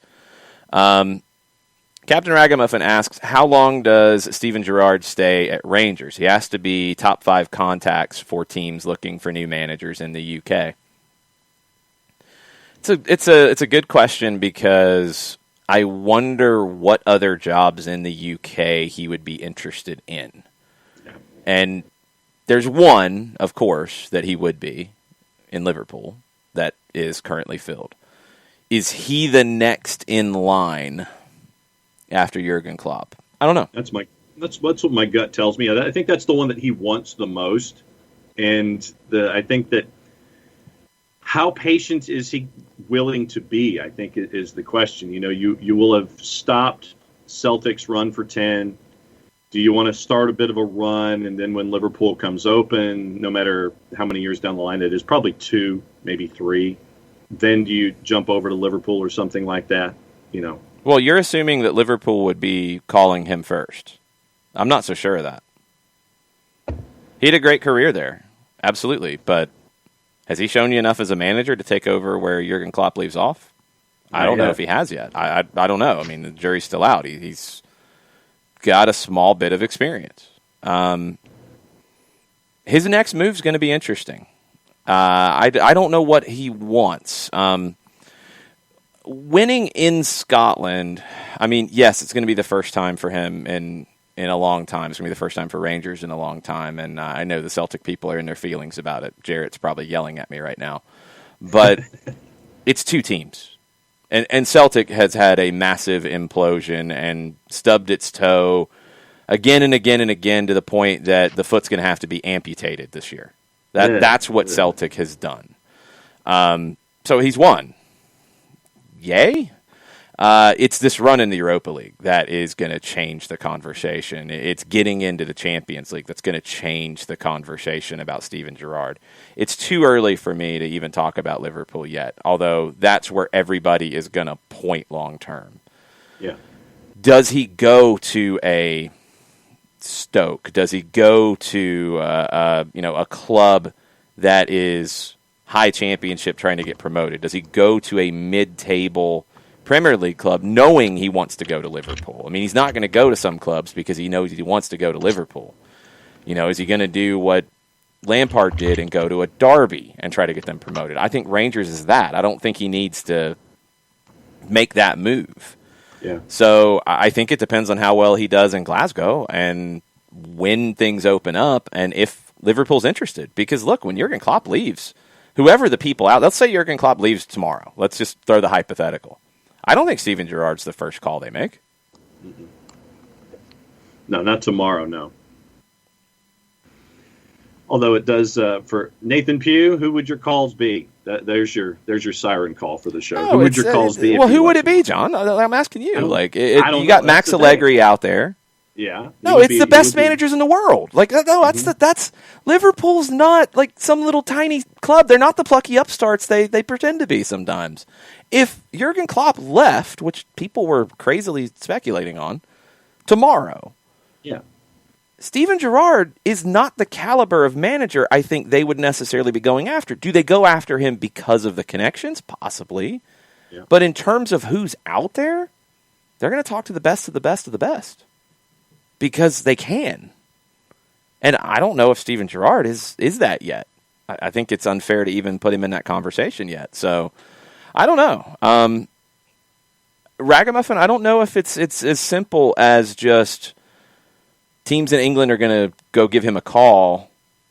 Because I think he's going to have to be careful about what he does next. Because I'm assuming he wants to go to Liverpool sooner rather than later. And I don't know if he's done enough to even put himself in that conversation yet. I tend to think that he hasn't, but if he goes on a deep run in Europa League, that could change it. If he gets into the Champions League next year and makes a little noise, that could absolutely change it. Winning in Scotland, I don't think changes it. Not with the year Celtics had, not with who Rangers is right now, and not with that reality. I don't think that's what he's proven. I think if he gets deeper into Europa League, that's going to prove a lot more, and we'll have to see what happens and what those steps are. I dug it up real quick just to see what the numbers are, courtesy of Odds Checker, just to see what the next odds are. Jeez, there's odds. Okay, what are they? Okay, Gerrard is your house favorite at 10 to 11. Of course, that's where the money would be. Xabi at 7 to 2. Wow, that's interesting. Nagelsmann at 7 to 1. That's the one that I would think. Rafa at 14. Simeone at 16. Linders, Zeljko Buvac, and Antonio Conte get you to 25. Deschamps at 25. Jardim. Deschamps? Conte? Who did this? How drunk are they? Odds checker. They're hammered. Conte's at 25. Yeah, Deschamps at 25. Jardim's at 25. Max Allegri's at 25. Allegri and Deschamps are at the same level? Uh-huh. What? Yeah. Deschamps not taking that job? Allegri's like banging on the door if that came open. Zidane's at 25. Drunk. Hasenhüttl and Bielsa are at 33. Hasenhüttl would be a great hire, actually. And then it gets stupid, even more stupid. It's already stupid. Okay, so here's how incredibly off the rails stupid it gets. Oh, jeez. At 50, Jamie Carragher. Yeah, he has no managerial experience. He's a good pundit. Eddie Howe's at 66. Brendan Rodgers is at 100. That'd be funny. He'd be Jose's at 100. Jose at Liverpool would be the greatest thing ever. Roy Hodgson's at 100. Oh, hammered. Sorry. And then David Moyes at 175. So there you go. Absurd. Nagelsmann would be the one that they would go after, and Hasenhüttl will be the one that they should hire. That's my thought anyway. Fair and I don't know, fair and unfair. Like good and bad takes about the Golasso show. Johannes not a fan of the format they're using. I think, Johannes, you've talked about the format they do with that kind of show in Germany that I'm not as familiar with. I think from the way you've described it and the way I've heard about it, it could work better. It would definitely be more of an outlay of resources, I'm assuming, with having like dedicated people that you would throw it to who would be calling the action on that game like they're play-by-play in color, but they're part of this situation. So you'd need maybe one commentator at every place, or at least calling every place from a like Sky from a Sports monitor. Saturday, what they do with theirs. I guess I don't know. It's doable. Yeah, I mean, I think it would probably work a little bit better because it'd be more seamless. I think it's all about the personalities, and I like Nico and I like Gus a lot. Raphael Honigstein was a good addition yesterday. The pre-game show part of it was a little cluttered with all of them, and I cannot remember the new guy, who was a little weird to have Nico, who was the host, and the new guy who was the host, and it was a little weird. That felt forced, but anyway. Ohio, and I can't he was remember. Good. Like, I liked him. It was just weird because it's like Nico's the point guard, but he's not the point guard, but he kind of was the point guard, but he's not, so it was a little awkward. It's a cool idea. I enjoy it, and I probably enjoy it more than some people who have watched the other formats more would, because I haven't seen anything like that. So I want to see what they continue to do with it. I hope they continue to try to do more with it and add more elements to it, because it's been fun. Iowa and Walder. Yes, he was very good. It was just weird to have 2 point guards. Sometimes that's a little strange. Cassie says drunk Greeks are fun Greeks. Yeah, typically. I think that's good. I think that's fair. Olympiakos was a little drunk. It happens. Let's see. Burned with the stat. Jesse Marsh, 0-11 against teams from the Big Four leagues. 9 losses, 2 draws. Yeah, gotta get over that hump. Got to. He says it's not going to cut it for Red Bull. I wonder how long he's going to get to cut it. Ragamuffin says, for any Foxes out there, how do you feel about a stressful second leg? It was a scoreless draw in Prague yesterday. You didn't get any away goals. You come back. If they get a goal in your building, which is that one actually going to be in England, or does it have to be somewhere else? I can't keep up again. So far, I haven't heard anything different. Okay. I can't remember who is allowed in and who is allowed not in, and who is allowed to travel in and who isn't allowed to travel in. It's hard to follow. Yes. Anyway, Leicester's got that second leg. If they give up a goal, it gets really dicey. I think they'll be okay. I think the scoreless draw on the road is a little nail-biting, but I think they'll be all right. Burned about Salzburg says Marco Rosa, who was the guy before Jesse Marsh, made the Europa League semis and quarters. So that's the bar that you're trying to hit, and he hasn't. So does that bright shining star dim a little bit? Going to be interesting. I'm with you on the tactics, Burned. I think it's something in game that has to change a little bit. Five Stripe Stunner says, is Bobby Cox an apt reference? Great regular season, struggles in the postseason. Yeah, that actually is a good one. Mm-hmm. Because there's a difference. And it's hard to be both. I mean, you're talking about the best because in a playoff league, look, you don't have to be the best in the regular season. Baseball was a little different back then. Now I feel like you're adding a new wild card team every year and it gets a little more confusing. But in MLS, for example, I mean, if you're the 8 seed, or 7 seed or 6 seed, you get in and you can go on a run and you can win the title. You can be Brian Schmetzer. You could be Dominic Kinnear before that. The guys have been the masters of a decent season, build towards the end, go on a run. Would they be able to win a Supporters' Shield? Maybe not. Jesse Marsh did, and he did a very good job in that. And he had a style of play, he had a template, and he tweaked it to fit what he had because they were wanting to do the 4-2-2-2. He had Bradley Wright Phillips, who made more sense to play as a 1 and then play people around him wide. You did that, you had great success. But in those postseason games where your decisions get magnified, in these games, in cup games, your decisions get magnified. It's not just the best over 34 games. It's you started the wrong right back, or you made the wrong sub at the 60-minute mark, or you didn't change your tactics because that team can hurt you on the left side. It's stuff like that. And Bobby Cox, it's relief pitching, and it's throwing guys in at the wrong time out of the bullpen, and it's pulling guys at the wrong time, and it's sticking with guys too long, and stuff like that. Yep. Yeah, it's tough to be both. Only the best are. So that's a good comparison. Good stuff, Stunner. I like that. Jarrett says, I am overestimating Jarrett's aggressive pettiness. Jarrett is more of the hit and run and stab the hamstring style of pettiness. So, Jarrett, how are we underestimating your pettiness here?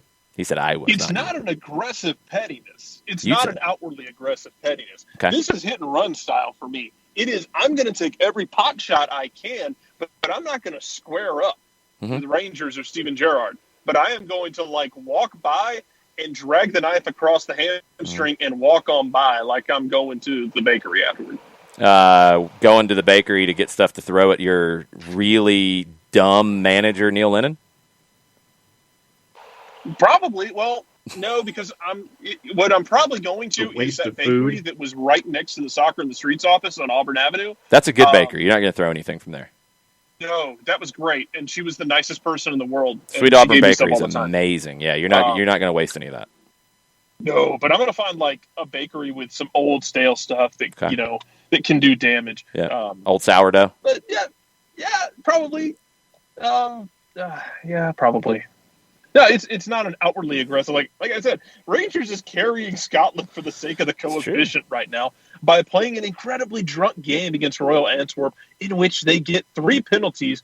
Barisic is squaring off with the goalkeeper after scoring the 4th goal in a way that if Antwerp wins the return leg in Glasgow somehow, oh my God, that goalie might actually go to Barisic's house and stand outside and hold up vulgar signs. Y'all are zeroing in way too much on that. If it was a Celtic player, you would have loved it. Oh, I thought it was hilarious that he did it. It's just you just know that it can come back and bite you. Yeah, you got to have confidence to do that. The moral arc of this bends 5 different directions, yeah. But it bends back towards pettiness and punishment. Hello, Scott Brown, for all of your pettiness towards Rangers in your career. Now look where you are. It ain't bragging if you back it up. No, and it was amazing. And then they're out there trying to give up the damn 8th goal. I don't know what the hell Rangers is doing tactically after they were up a man and a goal in stoppage time. They were drunk. But the gap between the midfield and the back line was basically the size of Passchendaele. Because forget the guy's name for Antwerp comes on and hits the post right after the goal because they break the midfield press. The back line's just chilling out, and he gets within 25 yards and just takes a rip and hits it off the outside of the post. They're down to man. Why are you playing that strung out? What are you doing? You're out of your mind at that point. You're up a goal and a man on the road. Just pack it in. You're good enough to hit him on the counter. Just keep it a little bit tighter. But it's the tough thing. I mean, it's easy to say that if it goes to 2-1 and you're in complete control of your faculties and you can decide, you know what, it's been a good night, I'm going home. When you're at 4-3, no, you've had too many shots that you didn't turn down. You've been on top of the bar already. You might have taken your shirt off. You might have puked in the bathroom at the bar. You might have done all of that. And then somebody tells you, yeah, it's time to wrap it up. Let's go home. You think you're going to say, yeah, sure, let's do it? No. Like, you're so out of your mind. It's so hard to come back to earth. Table and sitting there. The return leg is going to be so amazing. It'll probably be 1-0. It'll probably be like something completely boring. It can still be amazing. It could be. It doesn't mean it can't be amazing. It could be. It should be fun. You had a bunch of crazy games yesterday. That game could have been 5-5. Like, both teams missed breakaways. That game could have easily been 5-5. Yeah, easily. I'm going to throw a question at you while you are responding to the bat signal of me talking trash about Celtic.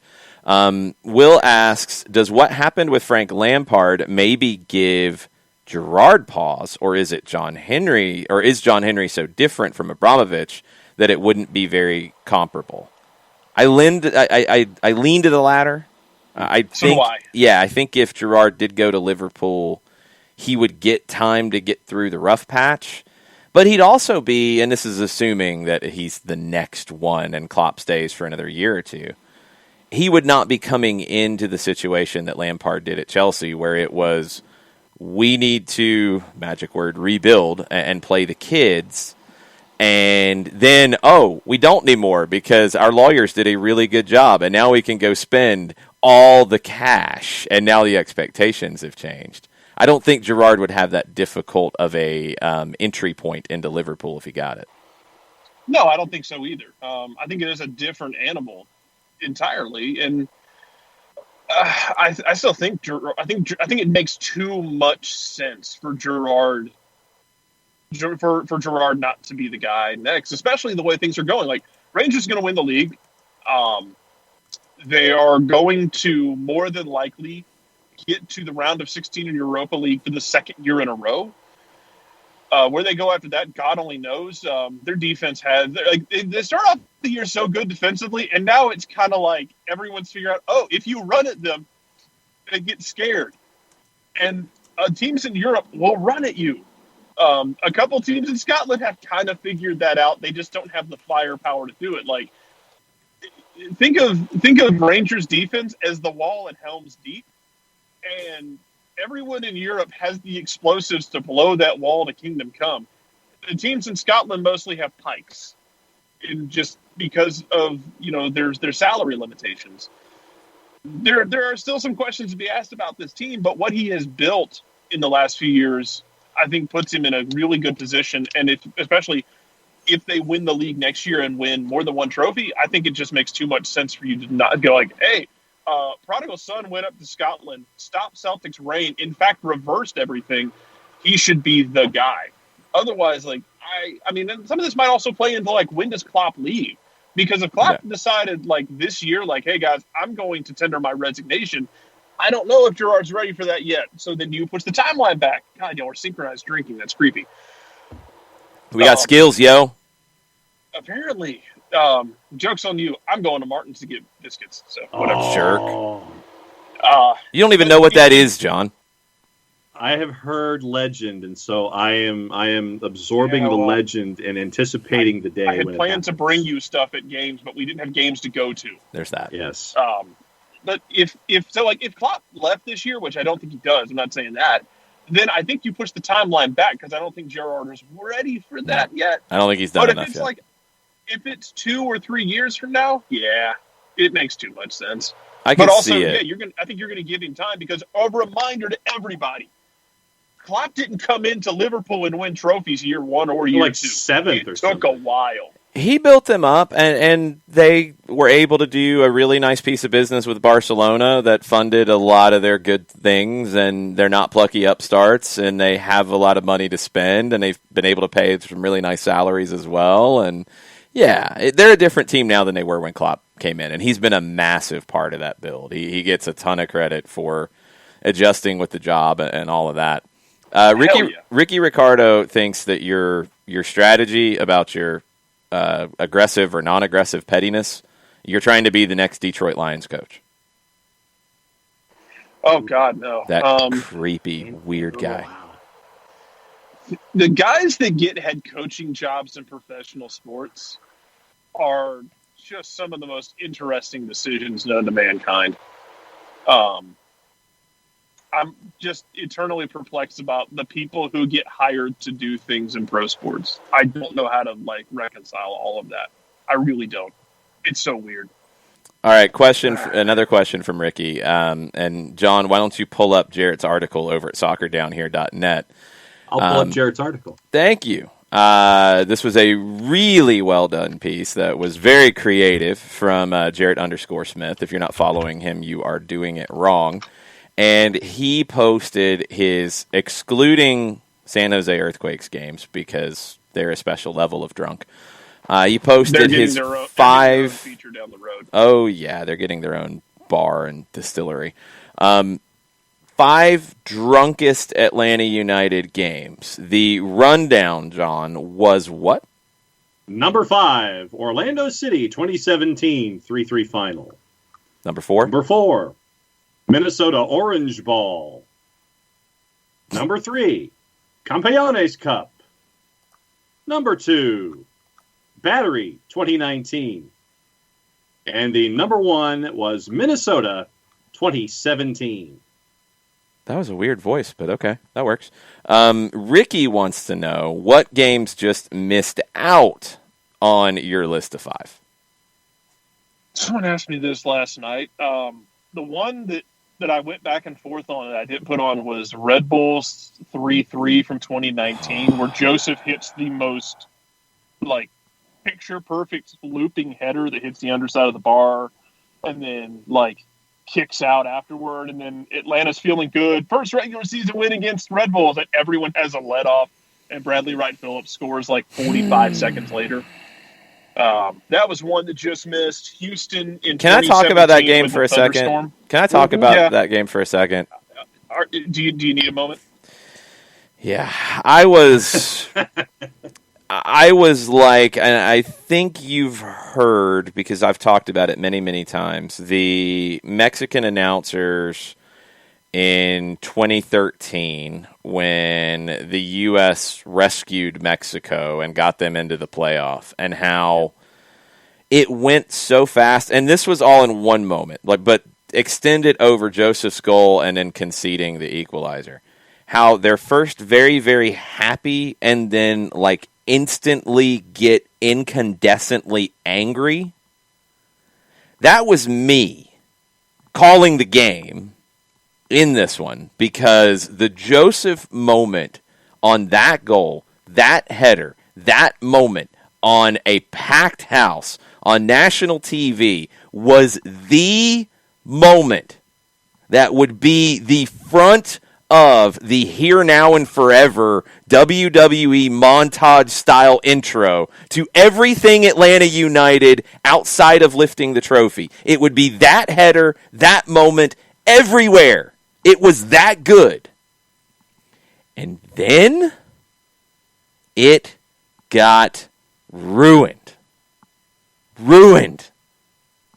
So angry. So angry. And I needed to be so drunk after that. That one just missed out. Houston 2017 with the thunderstorm and the Miggy Hop just missed out. Just because the weather that goal's was so underrated. Yeah. That was such a weird game. I'm trying to think what else I had that just missed out. I had a list. I just don't have it. Okay, well here's Turner Kirby. Turner Kirby, a lot of folks chimed in on the Twitter sphere about it. Turner Kirby, he says for him, Red Bulls 2019 is on there. Miami 2020 and basically the entire 2019 Open Cup run outside of Orlando. Counterpoint, Miami in 2017 That's of the pretty U.S. drunk. Open Cup when Quadrupoku Pretty drunk. buries Atlanta in the last minute because I think it was Harrison Heath It was. had the crippling giveaway It was in the something. 93rd minute. It was, And Harrison Heath it was never saw the something. field again. Nope. It was something. I went, nope. The player who actually played in an MLS match and played the least amount of time in Atlanta United history. He played 1 minute in an MLS match before that happened, and then it didn't happen again after that. Eek. That game was upsetting, too. I wasn't on the call for that one. Nashville last year was pretty drunk. Yeah, you had a lot of drunkenness in it. Yeah, you did. You had some drunkenness Things that there. weren't called that should have been. Yeah. But see, that's why the Minnesota game is number one for me because you have, and I highlighted it, you have Kyle Ranish in goal because Alec Can is hurt. Brad Guzan is sitting on the bench with the national team while Tim Howard's getting beat from 35 yards by not as good as you want to believe it was long shots in Trinidad and Tobago. Yep. And then you have like LGP gets elbowed in the face twice. The one in that game that I know still gets at Jason is like the tackle on the touchline right in front of Tata on Tito Villalba, where Tito just gets cleaned out and like kicked, and then nothing. I need to find that clip for Mejores Patatas and send it to my Argentine Twitter account and let them post that because it's like across the knee. Yes, it's cleats across the knee. It's horrible. I don't even think it was cleats. I think it's like leg. It was like a clothesline with the leg across the knees. It was one of the worst tackles I've seen in Major League Soccer, and nothing. Then you have the Ranish red, which was the right call. It was. Yeah, it was. And then Tim Bacchus gets pushed into this situation. Atlanta goes ahead and scores 2 goals down a man because of Minnesota. Despite all of this, Minnesota is still in 2017 damn near incompetent defensively. So they give up 2 goals. It's like they're like, oh, we're up a man. We can open things up. And that's where you die. Would have been one of the best wins in Atlanta United history, coming back with 10. Would have been a great draw if they had held on for the draw. But you go look at the last highlight of that game. They were about to drop. Yeah, when it got level, I knew it was done. There was too much time. I knew they were done at that point. And once they gave up 7 one, minutes of stoppage time. Yeah, that's insanity. Yeah. Mike added Toronto at Toronto 2019. That had some craziness, yeah. At LAFC 2019. Yeah. Poor PT. The at LAFC 2019 game was far more drunk than it gets credit for. Yeah. And then the monsoon game in Columbus in 2019. That was a sad drunk. But yeah, that was drunk. That was drinking heavily to try to stay warm drunk. That was not fun. That was listening to Johnny Cash while you're drinking. Like, nothing good's going to come from it. Yeah, that was not good. Clayton Poss with They played in a monsoon against Columbus in the U.S. Open Cup, though. That was better Columbus, because it was like not 35 degrees at the time. Yeah. And also, Barco gets kicked and misses half of the year on like a really dirty tackle in the rain that doesn't get called. Mm-hmm. So another one for Mejores Patatas. Thanks, Columbus.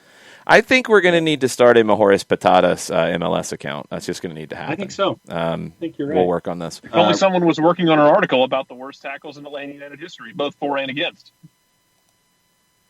Yeah, strange. Ricky Ricardo adds the Rev Wedding for being drunk in its own way. That's come up quite a bit. Clayton Poss with a good one. Yep. An honorable mention for the 2017 Toronto home match to end the season. I'll put both Toronto games with a case of Molson's attached to it because 2017, both of them against Toronto, the 2-2 up there with no Joseph early on before we really knew what the team was, and 2 great goals from Tito. And then the home finale where at one point Atlanta was second in the East, and then at one point they were going on the road in the play-in round, and then they finished 4th, and you had the late goal and all the booing of Bradley and Altidore, and The free kick from Seba Giovinco. scores a free kick, and yeah. you just saw it coming too. That's like, a drunk right in front of me. game. People were so drunk they were throwing things on the field, and people were taking sips of it. Yeah, Gio drank a one of them drank a beer. It was Gio. You're right. It was Gio. Stupid. Don't do that. Don't give them the opportunity to drink beer on our field like that. Don't throw them a beer. Don't throw things on the field, people. There were two Toronto fans sitting next to me, and they were celebrating one of the goals, and then one of them threw their beer in the air. It landed on somebody, and there was almost a fight. And I basically pulled them back. They were trying to apologize, and I basically pulled them back and no. The window for apology is done. You just need to walk away from the situation and get out of here. Mm-hmm. So they walked away for 20 minutes and came back and brought me alcohol as a thank you. So good on you, Toronto. I appreciate you bringing me alcohol for stopping you from getting thrown out of Mercedes-Benz. 2018 home match against Philadelphia with the two Reds in a matter of a couple minutes. 2017 LA Galaxy as well, where Jermaine Jones gets sent off. Didn't want to play anymore. He gets fouled by Tito I went back and looked at it. If you'd have told me that was an orange card for Tito, I really wouldn't have argued with you. It was a really bad tackle by Tito. And then Jermaine Jones kicks him while he's down and gets sent off. Yeah, I remember arguing with so many people. Everybody sang at Jermaine Jones as he was leaving the pitch. I remember so many people trying to be like, "Oh, he shouldn't have been sent off for that." I'm like, he kicked him on the ground. No. It's as easy as anything. It's a simple red. The Medunian one from Philadelphia, though. Hold on, the Medunian one from Philadelphia was one of the best meltdowns I've ever seen in my life. No doubt. Yes. He grabbed some things that he probably shouldn't have done in public, and he said a lot of things that he shouldn't have said in public. Yeah. There was a lot of Gianluca Pagliuca coming out of Harris Medunian's mouth in that case. Yes. That's a really old reference, but yes. Yeah, the Galaxy one was also on its way to being a 7-0 beatdown, and then Atlanta called off the Dogs in the second half. They were tired. They could have put 7 or 8 on them if they wanted to. I mean, it'd have cost them down the road because you're already in a condensed schedule. But in that game, LA Galaxy were so beaten down after Almiron chips the keeper at one point from just outside the box.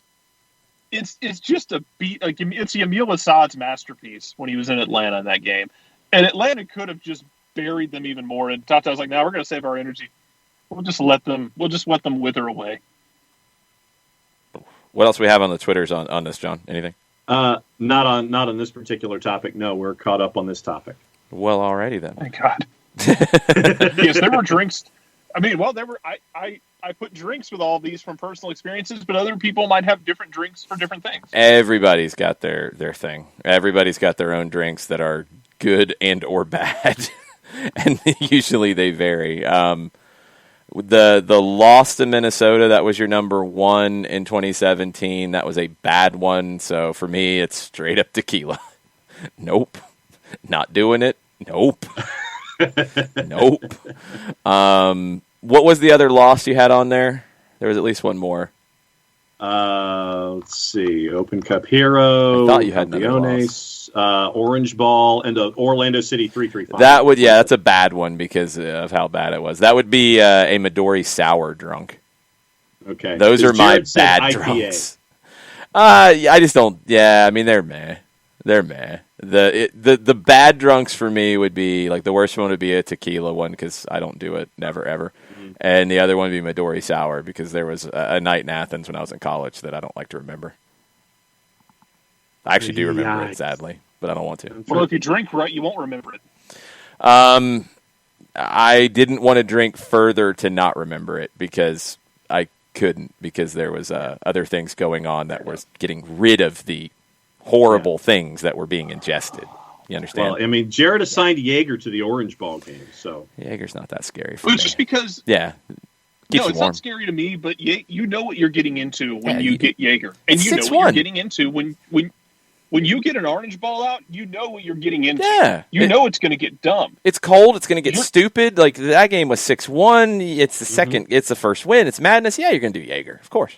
You let Jacob Peterson just crown everybody in the 93rd minute. Yep. Because Minnesota decided they were tired of defending. Yep. That was Atlanta's first exposure to Taylor Twellman losing his mind too. He got a little his excited. Call of that goal is just he's apoplectic. Yeah, Minnesota was really, really bad in the early days. Really, really bad in the early days. The Scandinavian variant did not work well for them in their roster assembly. There are plenty of good Scandinavians. You don't go get the bad ones and bring them here. No. That's the problem. Vadim Demidov for MVP, boys. Ugh. Leave that man alone. Leave that man alone. That man gave Joseph all the confidence in the world. He did. It's true. A lot of shouts for the Kevin Kratz free kick game on the Drunken Games. That was Montreal, I believe. Yeah, that would be, I mean, I guess it'd have to be like a good Hefeweizen drunk. You get a Kolsch drunk, maybe? It's got to be German, right? That second free kick is one of the most beautiful things I've ever seen in this league. Yeah, the second one was just giggling. There was really nothing else to say or do about it. It was just giggling. Kind of like when he was up at Gwinnett going up against TFC2 and did the same thing. Yeah, but a little different. The free kick was better on that second one. Oh, but I mean, you're just kind of giggling because it's like it's so pretty, and you just kind of throw your hands up and you're like, "Yep." A little different. The Chicago loss, the 5-1 loss in Chicago. Ricky's brought that one up. That's a bad drunk. It's not Chicago. I can't think of a Chicago beer to equate it to, but I guess it'd be like a beast drunk night. A PBR drunk night, Jarrett. Maybe that's it. Ugh. Yeah. No good. Yeah, PBR drunk would be working. Because that's not a good drunk. The Philadelphia game in 2019, that's a good call from Burned. It was on St. Patrick's Day. People were very drunk. That is a very good People shout. were drunk. Wow. That's a good shout. Yeah, that one scared me a little bit. It's like, water people. Please drink water. Yes. Please. Yes. Please drink the water. All right, we got to get into some MLS stuff. Question real quick before we jump into a little bit of this. Stunner asked about Nashville expectations in 2021. Jarrett, what do you think about Nash Vegas in 2021? Nash Vegas in 2021. I'm here for it. Like, I want to see them take a step further than they were. Is it unreasonable to say that their team can be better in 2021, but might not get as far in the playoffs as we saw them get this year? No, that's fair. Because I could see that, like, where they go out and they're. I know there were some people who got really upset at the way they played Toronto, at the way they played in the playoffs, and just Gary Smith doing Gary Smith things. But I think Nashville could be better in 2021, and they might not get as far in the playoffs, and that's okay. Maybe they get even further. Who knows? Maybe they win a title in their second year. But I'm excited about Nashville just because I like the way they're built. Yeah. Nashville, like where you are emotionally with Nashville is where people thought they were going to be with Miami, like 3 years ago. What do you think about Nashville, John? No, I think. I just told you. Yeah, sorry. I think that sometimes y'all look alike. Jared's onto something because I mean, if you look at the East from last year, Philadelphia, Toronto, Crew, Orlando, NYC, Red Bulls, Nashville, and I could see Nashville in that grid finishing fifth because of the upheaval with NYCFC, and it could be a short leash on Ronnie Dyla, and then we don't know what to expect out of Red Bulls. I mean, I could see Nashville. Looking at last year's standings, I could see them finishing fifth. But once again, to Jared's point, I think that because you're up there and the quality of competition will be up there too, I think that you could finish higher but not go as far. You could see Nashville finish fifth? I could see them finishing fifth, sixth, somewhere in there. Atlanta United, obviously, being a part of the discussion too, heading up a part of it. So, yeah, I could see them finishing sixth. Do you think Philadelphia wins the East? I think Columbus wins the East. Okay. Where do you think Philadelphia finishes? Top four? Yeah. I think Toronto, top four? not second, but maybe. Orlando top 4? I think Atlanta's better than Orlando. So you think Atlanta's top 4, so that pushes Orlando down? Do you think they're top 7? Orlando, yeah. New York City top 7? Yeah, but not 5th like they were last year. Red Bulls top 7? I'm still out. This is New England erasure. New England top 7? Yeah, probably. Yeah. Montreal top 7? No. Nashville top 7? Yes. You got 8 in your top 7, John. And this is news. Miami in your top 7? No. Chicago? No. DC? No. You already said Atlanta. Cincinnati? No. Okay, so you got 8 in your top 7. That's about right. That about explains the Eastern Conference this year. It's going to be tough. Columbus is there. Philadelphia. I'm nervous about Philadelphia. Not to say that Philadelphia is going to fall off and be an absolute mess. Rich Ransom's going to come after you, Jarrett. Just remember at Jarrett _Smith with the Philadelphia take, people. Come on. Here come Rich and Perfect Tommy. Bring it. I don't care. Jonathan Tannenwald's going to stand outside my window with a tire iron. He wouldn't be waiting. He'd just wait till you come out the door. He's sneaky. He's crafty. He is. He's smaller than I am too. I won't be able to. I won't see him coming. You wouldn't. But I like Philadelphia, and Jim Curtin is future U.S. national team coach. This is my canon. I like this. But Jim Curtin takes over at Red Bull Salzburg when they move on from Jesse Marsh. Oh, buddy, that's terrifying for everybody else. But I just think they lost a lot, and I want to see how they replace it. Kasper Shabilko, you're hoping goes back to being Kasper Shabilko of 2019. I like Kasper versus what you saw in 2020. I like Shabilko a lot. I don't know what to make of Chicago because I want to believe, but I'm afraid to. They'll be better, but I don't think they're that much better. That's the thing, is they haven't done anything to jump outside of improving, which I think they will. I think the East is going to be incredibly competitive. I think Philadelphia comes back to the pack a little bit, but a lot of it depends on Finley, if he's the guy at center back, if he can replace and or improve on Mark McKenzie. Toronto, I don't think finishes second. Toronto's the one in the top 7 that I think has the most likelihood of falling out of it. Yeah. Columbus is the best team on paper going in. Yep. Orlando is very good. New York City, I've got some questions about. Red Bulls, I've got serious questions about. I don't think they finish as high as 6. Nashville will be solid. I don't know if they'll be better than they were. I don't know if they'll be a whole lot worse. I guess the biggest thing when it comes to Nashville is Rodrigo Pinheiro. Is he legit? Does he give you an attacking option on that other wing?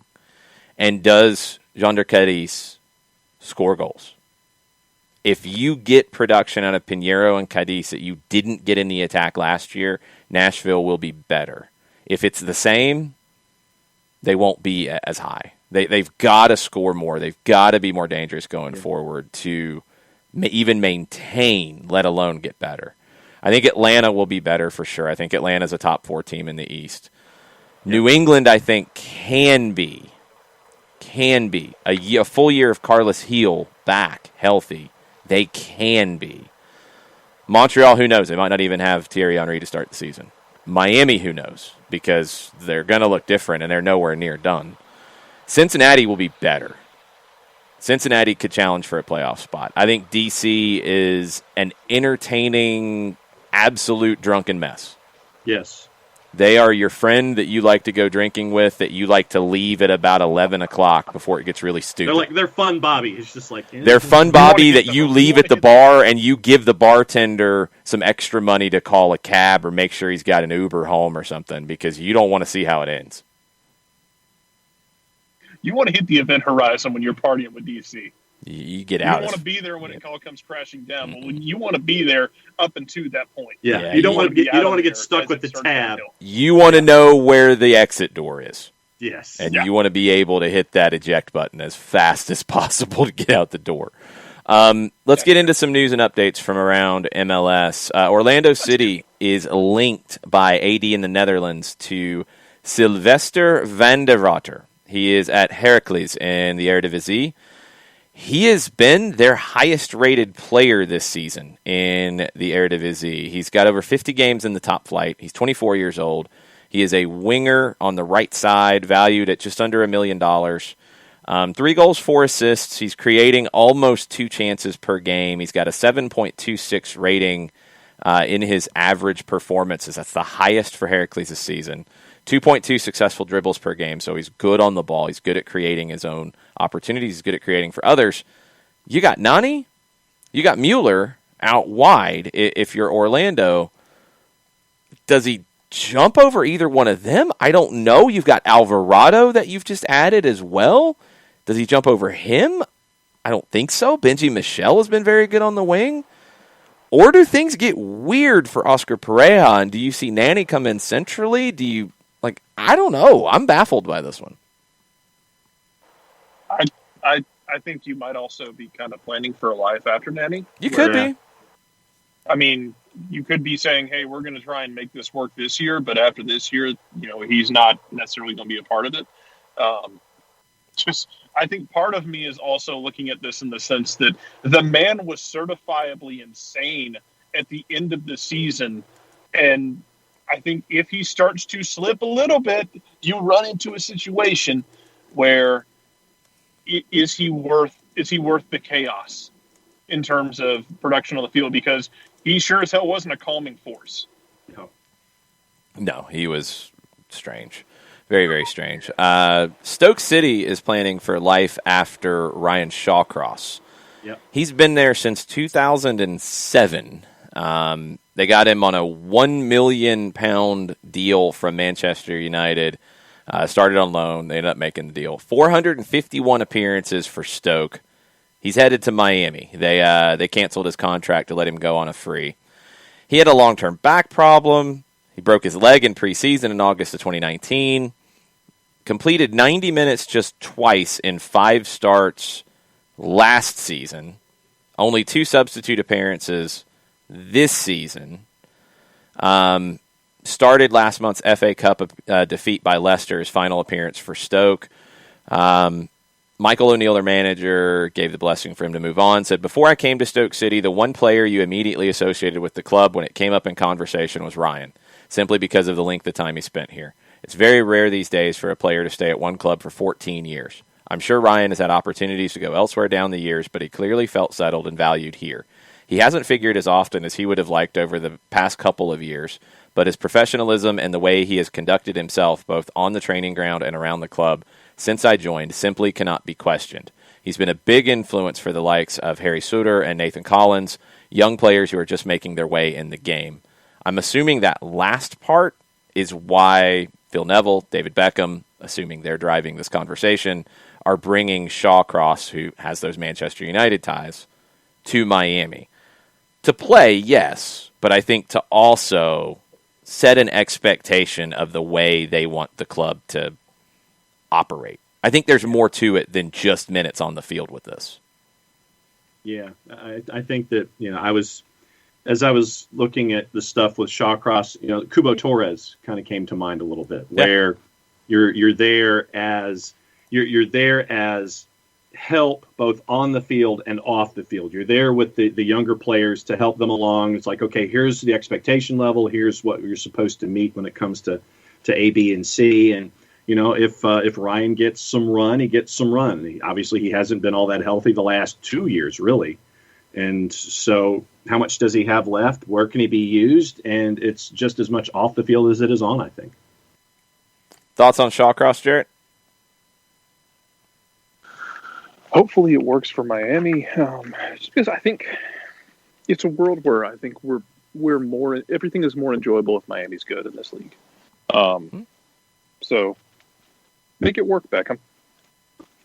Because if it doesn't, I'm going to laugh for an entire year.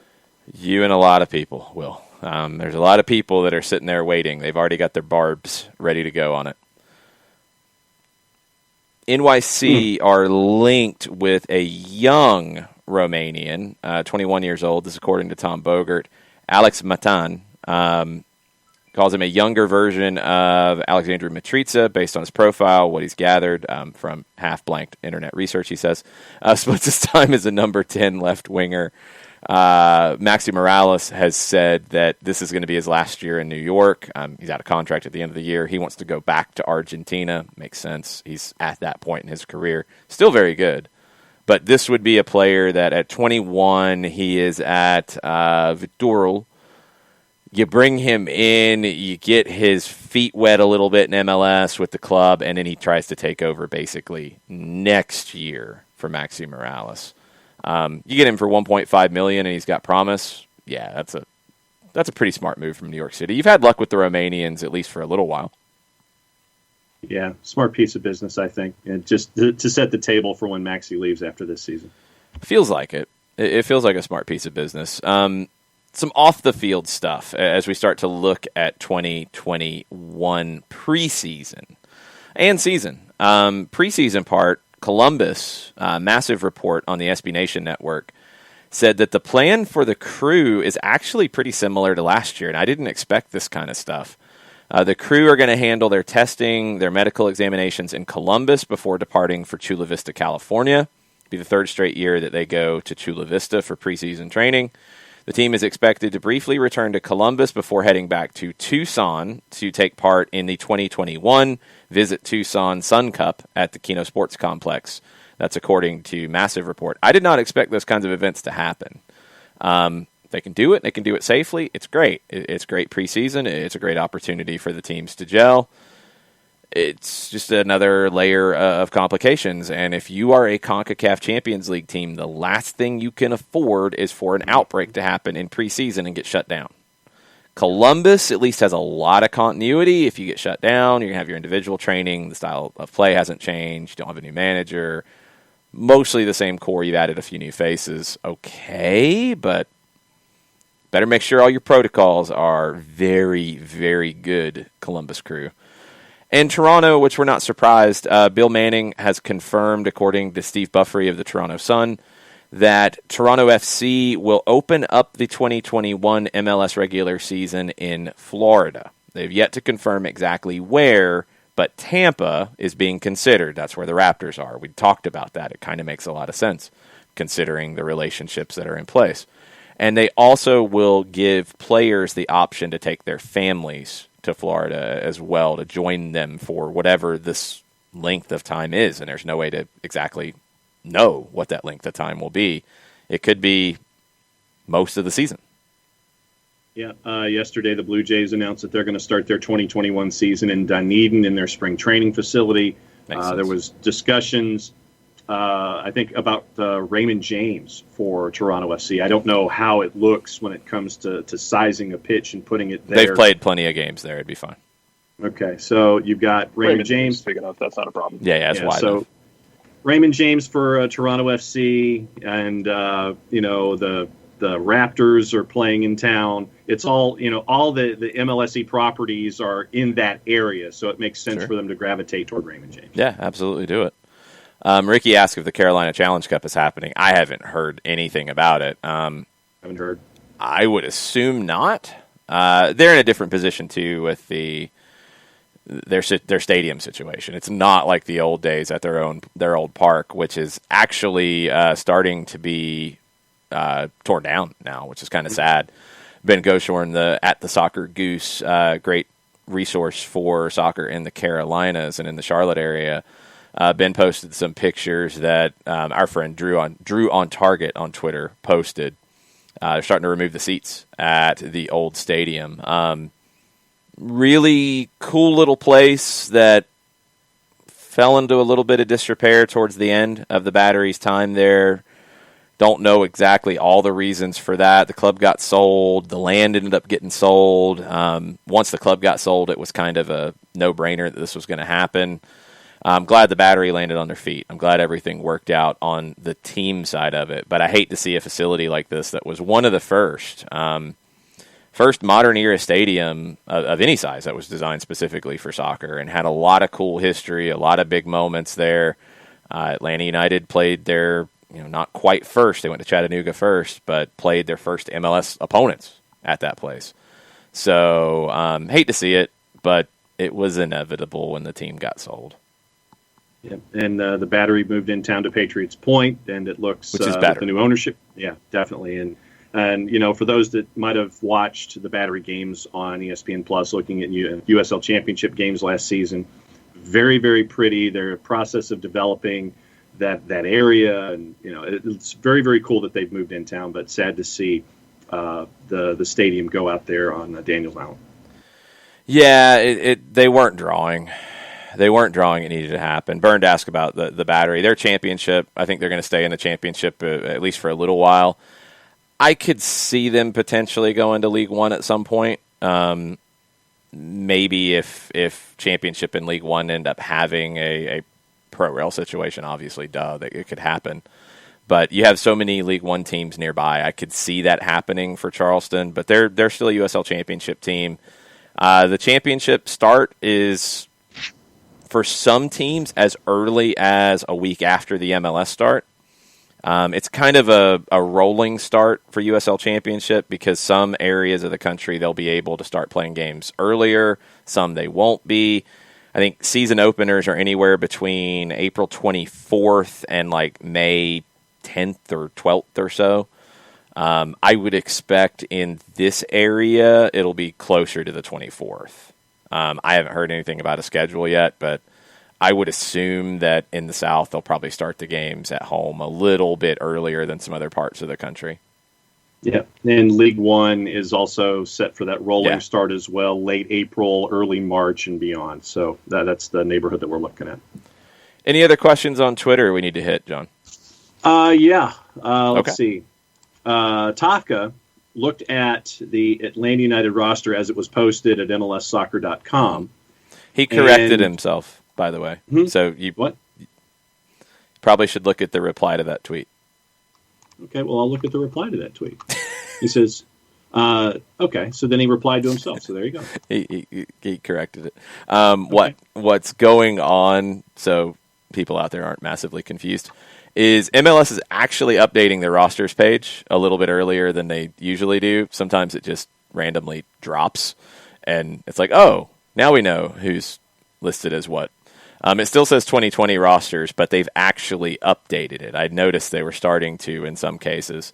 So according to MLS's roster page, which sadly is not always 100% accurate, Atlanta has 18 of 20 senior roster spots filled.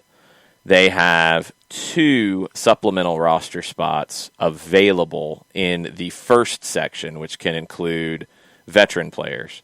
And they have 1 in the second supplemental spot, which would be, I think, doesn't necessarily have to be a homegrown. It almost always is. It could be a very young signing from outside your homegrown system. There's different classifications on those 2 supplemental spots. So Atlanta on the 30-man overall, 2 senior spots, 2 supplemental spots in Section A, and 1 supplemental spot in Section B. That's 5 spots available to work with. On the international slot situation, because cue the mass hysteria, 10 of 8 slots filled. They have Atlanta with 8 slots. I had seen, I thought Wikipedia and their updated thing had Atlanta with 9. Go back and do the math and see if that's accurate. MLS should be accurate, but they've caught me too many times to say that they 100% are accurate. So we'll keep you posted. But a couple of updates on this. Lisandro Lopez is in a supplemental roster spot, as is Mikey Ambrose. They are on supplemental spots. They are not taking up senior roster spots. The international players listed right now are Jurgen Damm, Ronald Hernandez, Eric Lopez, Lisandro Lopez, Fernando Meza, which you would pull off. Well, actually, you do pull off now, and that would open up a senior roster spot, so 17 of 20, and 9 of 8 international spots, because that hasn't been updated yet. Marcelino Moreno is international. Mulraney's an international. Osechi's an international. Sosa's an international. Walks is an international. That's where things stand at the moment, and it is updated before the Meza deal. You've got Hernandez here. You don't have Meza off the roster yet. Ronald Hernandez is not a center back, Kefsey. No, not a center back. Not at all. A right back, purely a right back, an attacking right back. Ryan Fitzpatrick is in and asks, with Giannetti and Ibarra close to signing, it looks like we're getting close to having a full picture of the 2021 roster.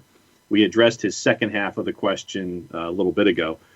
How would you rate our offseason? Where would you rank Atlanta United going into the season? So how would you rate our offseason? Good. It's like I said, it's been more active than I thought it would be. I didn't expect as many comings and goings.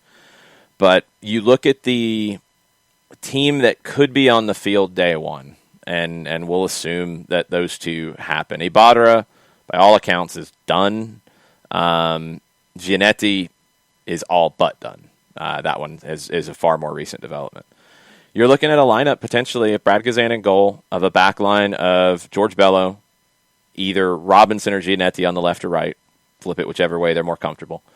And right back of Brooks Lennon.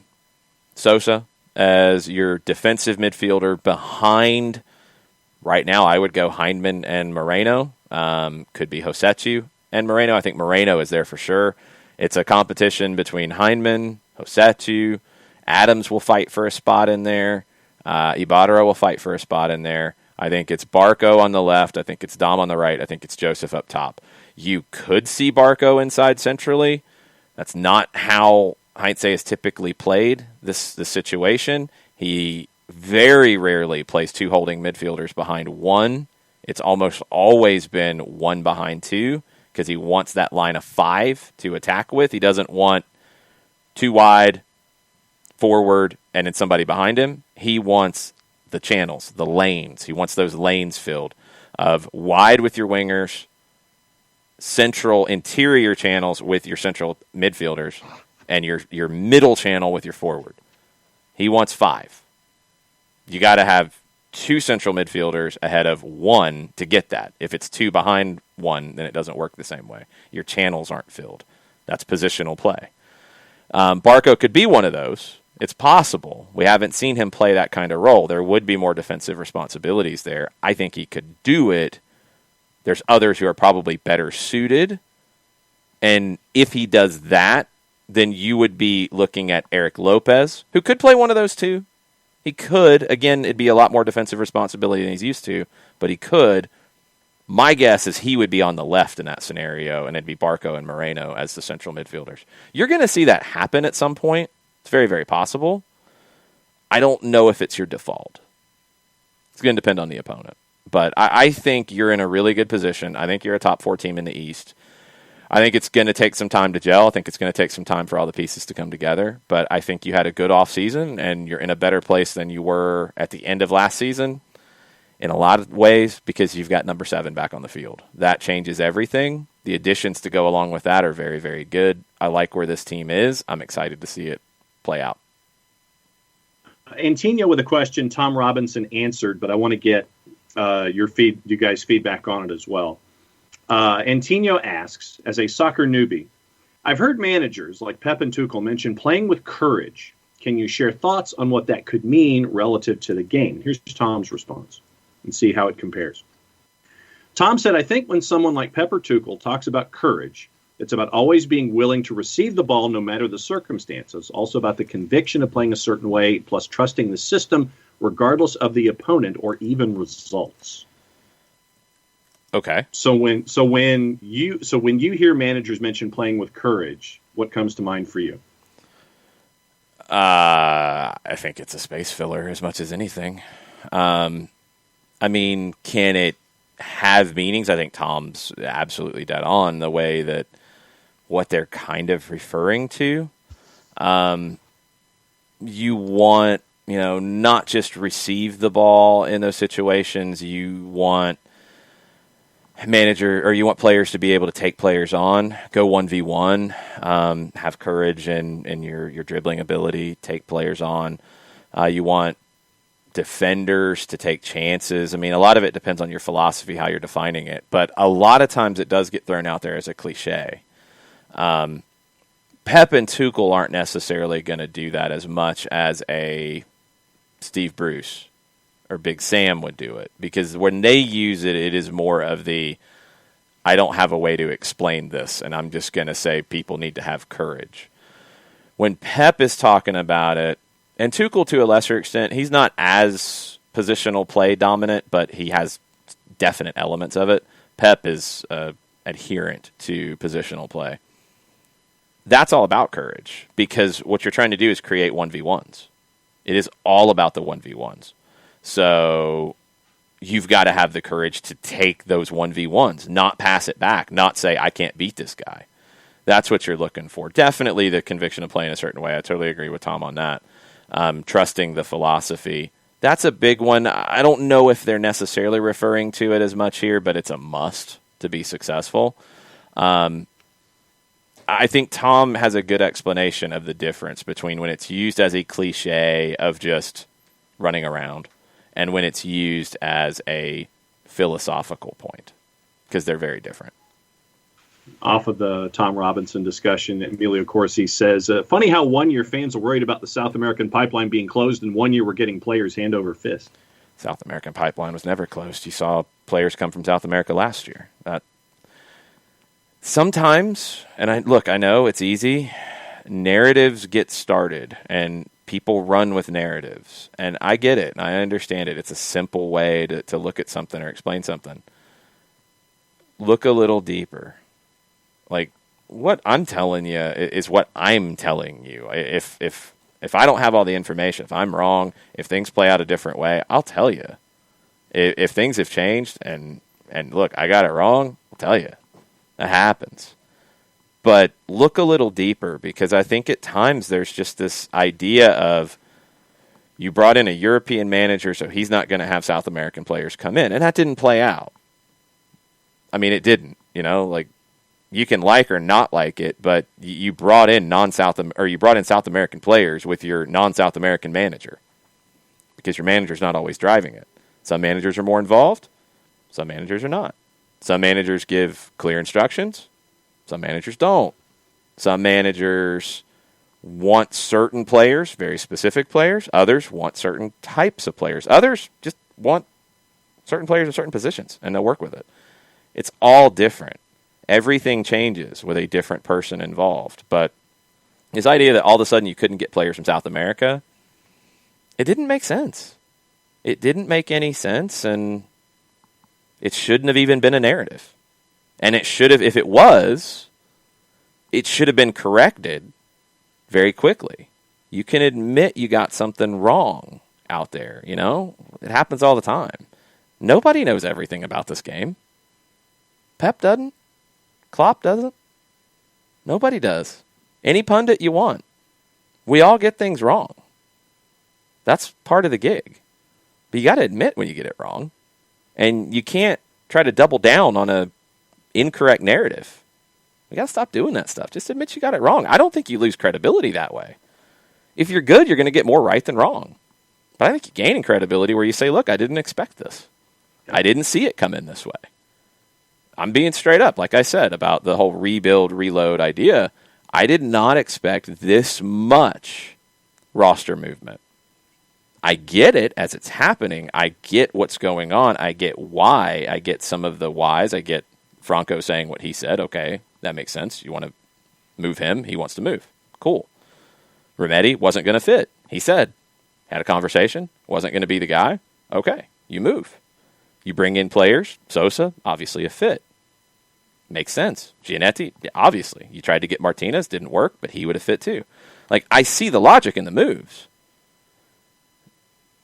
The idea of everybody knowing everything before, and if you get it wrong, just trying to brush it under the rug and continue down with incorrect narratives or even trying to tweak them to fit what's not actually happening, let's stop doing that. Let's stop misleading people. Like, if I get something wrong, I'll tell you, and I'll hold my hand up. I try not to, but it's going to happen. Because it does. Tony Romo, as great as he is, picking plays on an NFL broadcast, he gets 30% of them wrong, at least. Right? Yeah. He's not 100% on calling plays. Nobody is. Look at tendencies, yeah. But nobody is. Like, that's the thing. That's the important thing. That's the part that people skip. Like, of course, he gets some wrong. well, you can't say he's great because he gets some wrong. Well, how many did you get? Like, it's not about being 100%. No pundit. I mean, how many people, like we talked about Champions League picks this year. I was awful this week on Champions League picks. We were all. A bunch of people were, though. A bunch of people were, because there were unexpected things. That's the beauty of the game. Just like it was unexpected that you went to Giannetti because you expected to have David Martinez. That fell apart. You had to make a move quick. You go to a simple, smart move. You go to get Giannetti, who you know and fits. Checks off a lot of boxes. Done. The other moves make sense with what you want to do in terms of the way you play, which can change. And I will make that very clear. When I talk about 4-3-3, 1 behind 2, central midfield, that's based off study. That's not just throwing something out there that I want to see. That's based off research. That's based off what he's done in the past. That doesn't mean Gabriel Heinze comes in and does that mark for mark. This team might not lend itself to do that as much. This league might not lend itself to do that as much. I think it does, because I think you get a lot of teams in this league that play a double pivot, 2 holding midfielders, a lot of 4-2-3-1s. You can play a 4-1-2-3 if you want to call it that way. It's a 4-3-3. We don't have to get so hung up on the specifics there. But it's 1 behind 2. What does that do? That matches the triangle. They're going to have 2 holding. You have 2 in front. You have 2 attacking. They have 1 attacking. You have 1 defending. You match their triangle. 1v1s, right? That's what you're looking to do. That's what I think will happen more often than not. It might not. Might come in and say, you know what, in this league, because of the travel, because of X, because of Y, because of Z, he might do what Tata Martino did and say, you know what, it's really hard for me to play as high of a line as I'd like to, as much pressing as I want to when we lose possession. My players are running out of gas. I can only do so much. I'm going to have to do it differently and adjust. He could do that. He could also double down and say, this is the way I believe in playing, and this is what I think will work, and this is what we're going to do. We don't know yet. But when we give you stuff on this show, and I can speak for myself in this, we give you the best information we can possibly give you, and when we get it wrong, which we will, because everybody does, not going to BS you. Not going to try to fix it, not going to try to act like we didn't get it wrong. You get it wrong, you get it wrong. Not going to try to mislead y'all. So that's the job. No pundit's 100%. No coach is 100%. A coach can get the game plan right and lose the game. A coach can get the game plan 100% wrong and win the game. Mm-hmm. Like, all of it happens. That's the crazy unpredictableness of the sport. And that's what's beautiful about it. You can get the right signings on paper. They don't work out. Player's kid could get sick. Distract him. Break his concentration. A player could hit the best form of his life, and you got him for next to nothing on just a guess. A player could have an injury. You know, like, there's so much that can happen that you don't know. That's what you have to do, is you have to react to it. That's what coaches have to do. It's what pundits have to do. Things throw us a curveball. We got to be ready to react. I've talked to announcers about this, young announcers.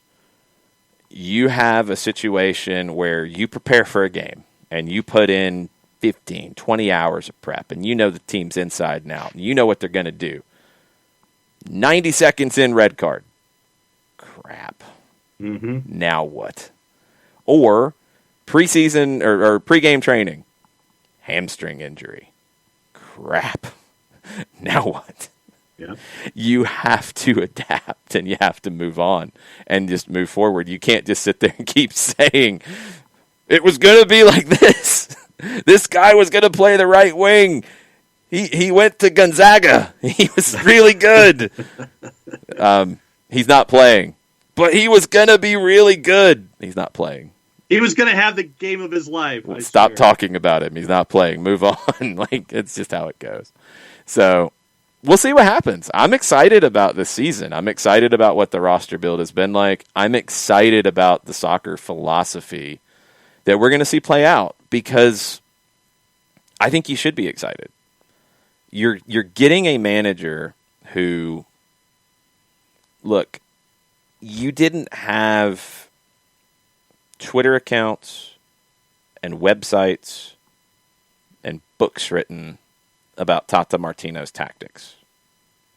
And his tactics were good. His philosophy is good. And it's, again, not dramatically different than Gabriel Heinze's. It's more pragmatic.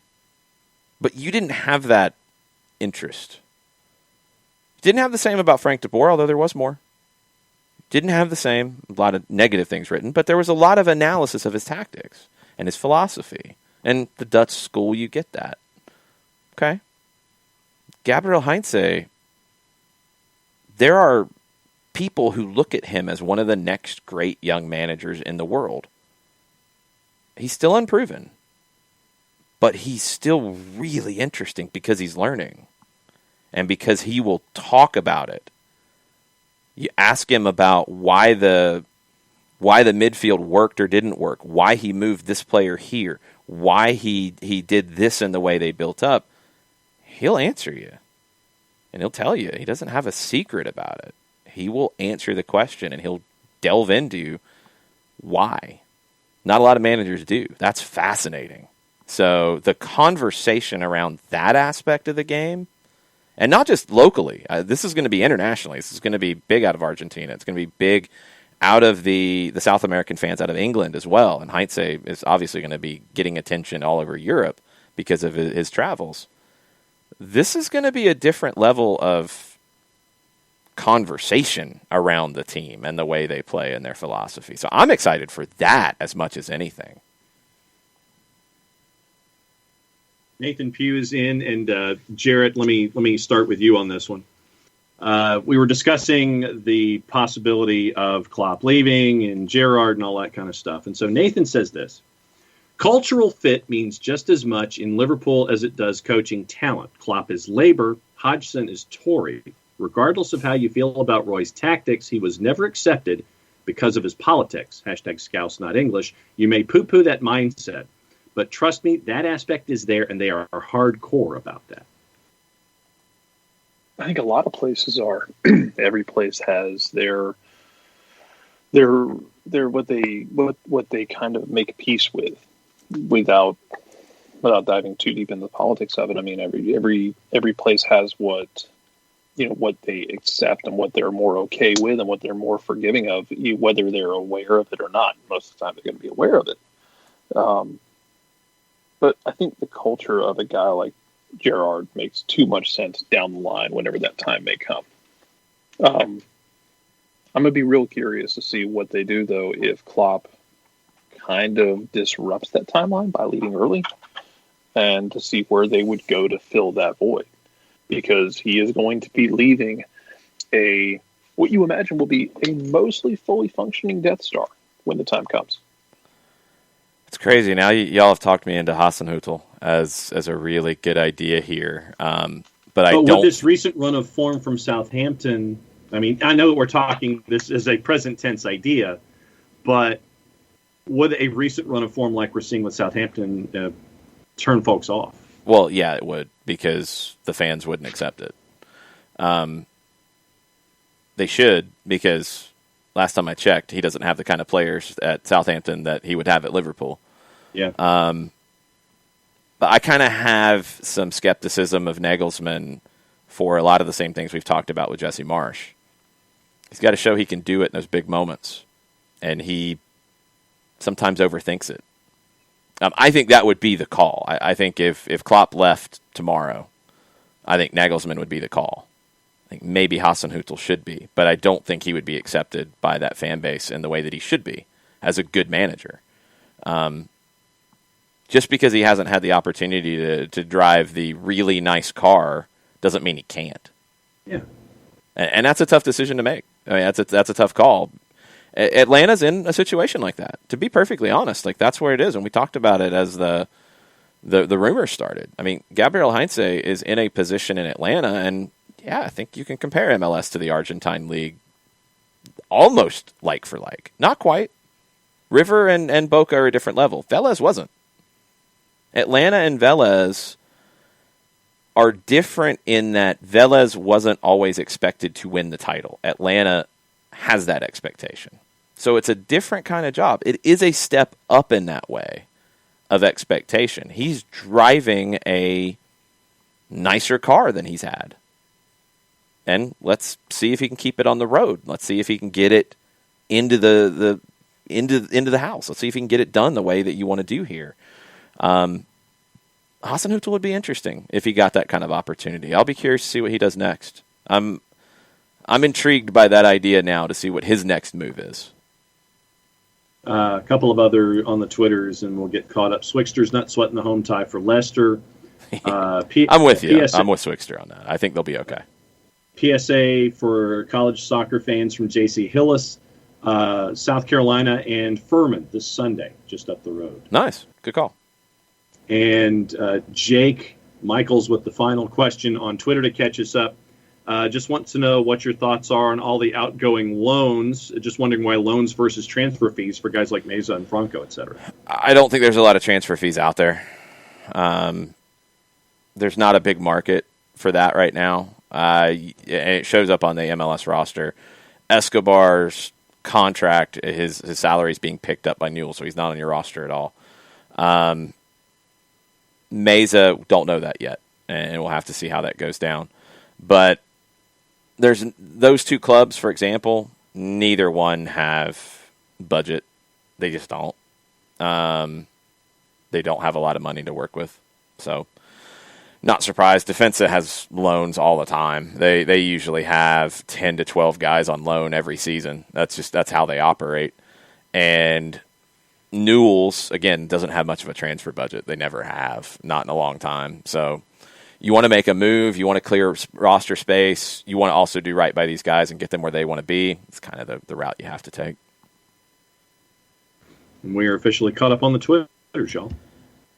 Interesting. Jarrett, what are you watching this weekend? Oh, whatever I come across. My child has taken an interest in the Caribbean cricket games that pop up on ESPN Plus on Saturday mornings. So there's that. See, now, Ivy board with a cricket bat in that house? I blame Bluey for this, the Australian cartoon, because at one point in the show, the dad tries to convince the kids that it would be fun to sit on the couch and watch cricket instead of play. And she thought that was the funniest damn thing in the world. So I'll see what's on. Unfortunately, I can't put EPL games on my TV because I have a Fire Stick, and Peacock has decided that they're going to party like it's 2006 and cannot put the Peacock app on a Fire Stick. Did you have a Fire Stick in 2006? No, but I'm going to insult Peacock every chance I get. So yeah, I mean, whatever pops up. Whatever Scotland game's on. I believe Celtic is on this weekend, so I am morally obligated to watch that. No matter how much I really just, at this point, I'm kind of going through the motions at the end of the season. Yeah, you should be. It's bad. It is bad, but I'll probably, if Rangers are on, I'll check them out. Aberdeen as well. I really want to see what Rangers looks like. They have been slowing down substantially within the league, although I chalked a lot of that up to getting ready for Europa League.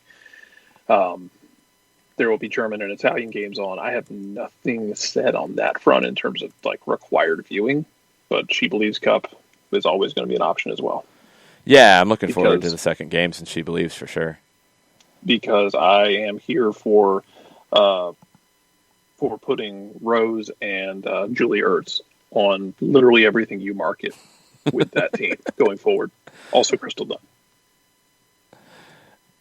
Yeah, Crystal Dunn didn't have a great night last night. It happens.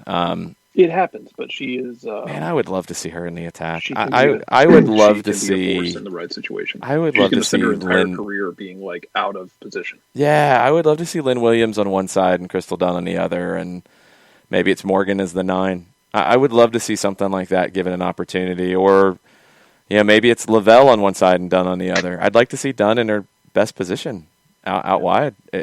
she's a great attacking outside back. You know, there's nothing wrong with that. And she's turned into a really good defender in that role, but it's not her natural position. I get it. I mean, Mitch Purse is going through the same thing. Like, we talked about that attack. There's not a lot of easy playing time for anybody. If you're Megan Rapinoe, if you're Carly Lloyd, if you're Kristen Press, if you're Tobin Heath, if you're Alex Morgan, if you put Lavelle there, which I guess you're going to keep her in the midfield to keep her out of that. Can't put Dunn in that. You got Lynn Williams in that mix. You got Macario who can be in that mix, although she can be in the midfield too. Like, the time's not there for Midge Purse. Like, she's not going to play in that attacking group. So if she can play as an outside back, she gets on the field more. I think Dunn can play in that attacking group, but she maybe is even more impactful for the team as an outside back. I'd just like to see her play in the attack more. Never forget the time they took her and put her at an outside back and told her, "Hey, we need you to slow down some of the most dynamic wingers in the world at the World Cup," and it worked. Mm-hmm. Yeah, she had a good defensive World Cup. She was very good defensively, and she didn't get enough credit for that because I think everybody zeroes in like the one time that she gets beaten, which will happen. Yeah. She's a winger playing outside back. She's still a winger at heart. You got beat by Lucy Braun. Yeah, it's going to happen. I want you to win 75% of your 1v1s if you're that outside back. And I also want you to get forward and do the things that Crystal Dunn does. Oh, she got beat by Lucy Braun. It's cool. She and 99% of the women on the planet. Yeah, seriously. No, I'm probably going to be, in addition to She Believes, it'll be Premier League, it'll be Liga MX, see what's going on in Central and South America with our friends at Fanatis. fntz.co/soccer down here. That's my line. Okay, then say it. No, you already said it. Why am I going to say it now? Because then I can do the slash all over again. No, you already did it. I'm not going to repeat myself or yourself. But it'll be whatever comes across the board, and it'll be the last button will be my friend on the remote here at Office HD. I will be. Let's see. What do we have in Argentina tonight? Gimnasia and Talleres could be a really sneaky good game at 5:15. Arsenal and Bonfield, maybe a little sneaky good too at 7:30. Bonfield's a minus 119. They should be. Arsenal's a plus 313. Yeah, that's about right. What about Gimnasia Talleres? Gimnasia plus 163, Talleres a plus 181. Your draw is just under 200. Yeah, it's a toss-up. Both sneaky good Argentine hipster kind of matches. Tomorrow, the 310 plan is 3:10 on the Twitch pitch for a watch-along of Lanús and Defensa y Justicia. Because those are two teams that Atlanta United fans have a new, renewed interest in. Lanús has been there from day one. Defensa now, I don't know if Meza. I mean, he's registered, I guess, because the window closed in Argentina yesterday. So I don't know what his fitness is if they throw him right in. Defensa won week 1, so they don't have to force anything. But Lanús Defensa 3:10. I hope there will be some chatter about that. You've also got some other big games that we will talk about on the Power Hour tomorrow at 10 o'clock. So stay tuned for that. We don't do 3-hour shows yet. No, yet. They will happen. Getting there. We're building up to it. We had a little more of a fitness run today to get deeper into the 3-hour show. Getting there. It's coming eventually. Johannes is going to watch some biathlon. Yeah, Johannes is a big biathlon dude. He'll find it on like the Olympic channel. I can confirm that, like, when I was in Germany, the only things in English that I could watch for sports were biathlon and curling. So both are good. Biathlon was both are solid. Biathlon is a sneaky good watch if you've never watched it before. Yeah. I have been happy on TIC with their renewed interest in volleyball. I like the volleyball, and I want to see Boca River in volleyball. I'm looking forward to this matchup when it happens. It's cool to see that kind of stuff. I like the volleyball, so I'll be looking for that. I don't know the volleyball season in Argentina, so I'll have to follow it, but they've been running the promos, so I'm excited. Bonfield's an underdog at 4 o'clock this afternoon. In volleyball? Yep, they're a big Oh, underdog. that is the season. Okay, well, there you go. Who is Bonfield playing in the volleyball? Obras Posito, who is a minus 1250. Wow, that's a pretty big favorite. I guess they are the grande of the volleyball. Yeah, well, looks like UPCN might be a grande at a minus 10,000 going up against UVT San Juan, who's a plus 1260. And yes, Michael Ruiz, I would watch Boca and River in Tiddlywinks. Oh, I would be in on that for sure. All right, y'all have a good rest of the day. There will be plenty of games that people will be discussing on the Discord. If you're a subscriber, and I saw a few more pop up in the Twitch pitch today, thank you. If you're a subscriber and you don't have your invite to the Discord just yet, please shoot me a message on Twitter, @Longshoe, @SoccerDownHere. You can send us an email, soccerdownhere@gmail. If you're a subscriber on Patreon, you haven't gotten that, please let me know. Yes, Nick Alifi, I would watch a Boca River Uno tournament for sure, because somebody's getting backhanded across the table. draw 4. Somebody's getting To be fair, I'm backhanded. teaching, or we are teaching my daughter to play Uno. Uno's great. Somebody, if Boca River Uno happened, somebody would get backhanded and somebody would light the cards on fire. It'd be amazing. Yeah, turn the table over. Yeah, all of it. All of the above. Draw 4. But yes, Discord, if you're a subscriber and you're not in there, there will be lots of chatter. I love all you guys who are contributing so many different things to the Discord and things that we touch on, things that might get broken later after the show. Y'all are finding articles. Y'all are posting stuff. Y'all are discussing. That's awesome. That was the whole idea behind it. So thank you. Thanks, Jarrett, for hanging out. Sorry I went on a rant, and you just had to hang out and listen. That's my bad. That's okay. Sometimes I break out a soapbox occasionally. Nothing wrong with that. It's happened. Yeah. Probably We more all often do. than it needs to. But, We all anyway. Okay. All right. We're not a 3-hour show. We're not a 3-hour show. We're not even close, John. We're nowhere near that. Y'all have a good rest of the day. Mucha plata, y'all. Much plot, y'all. Much plot to y'all.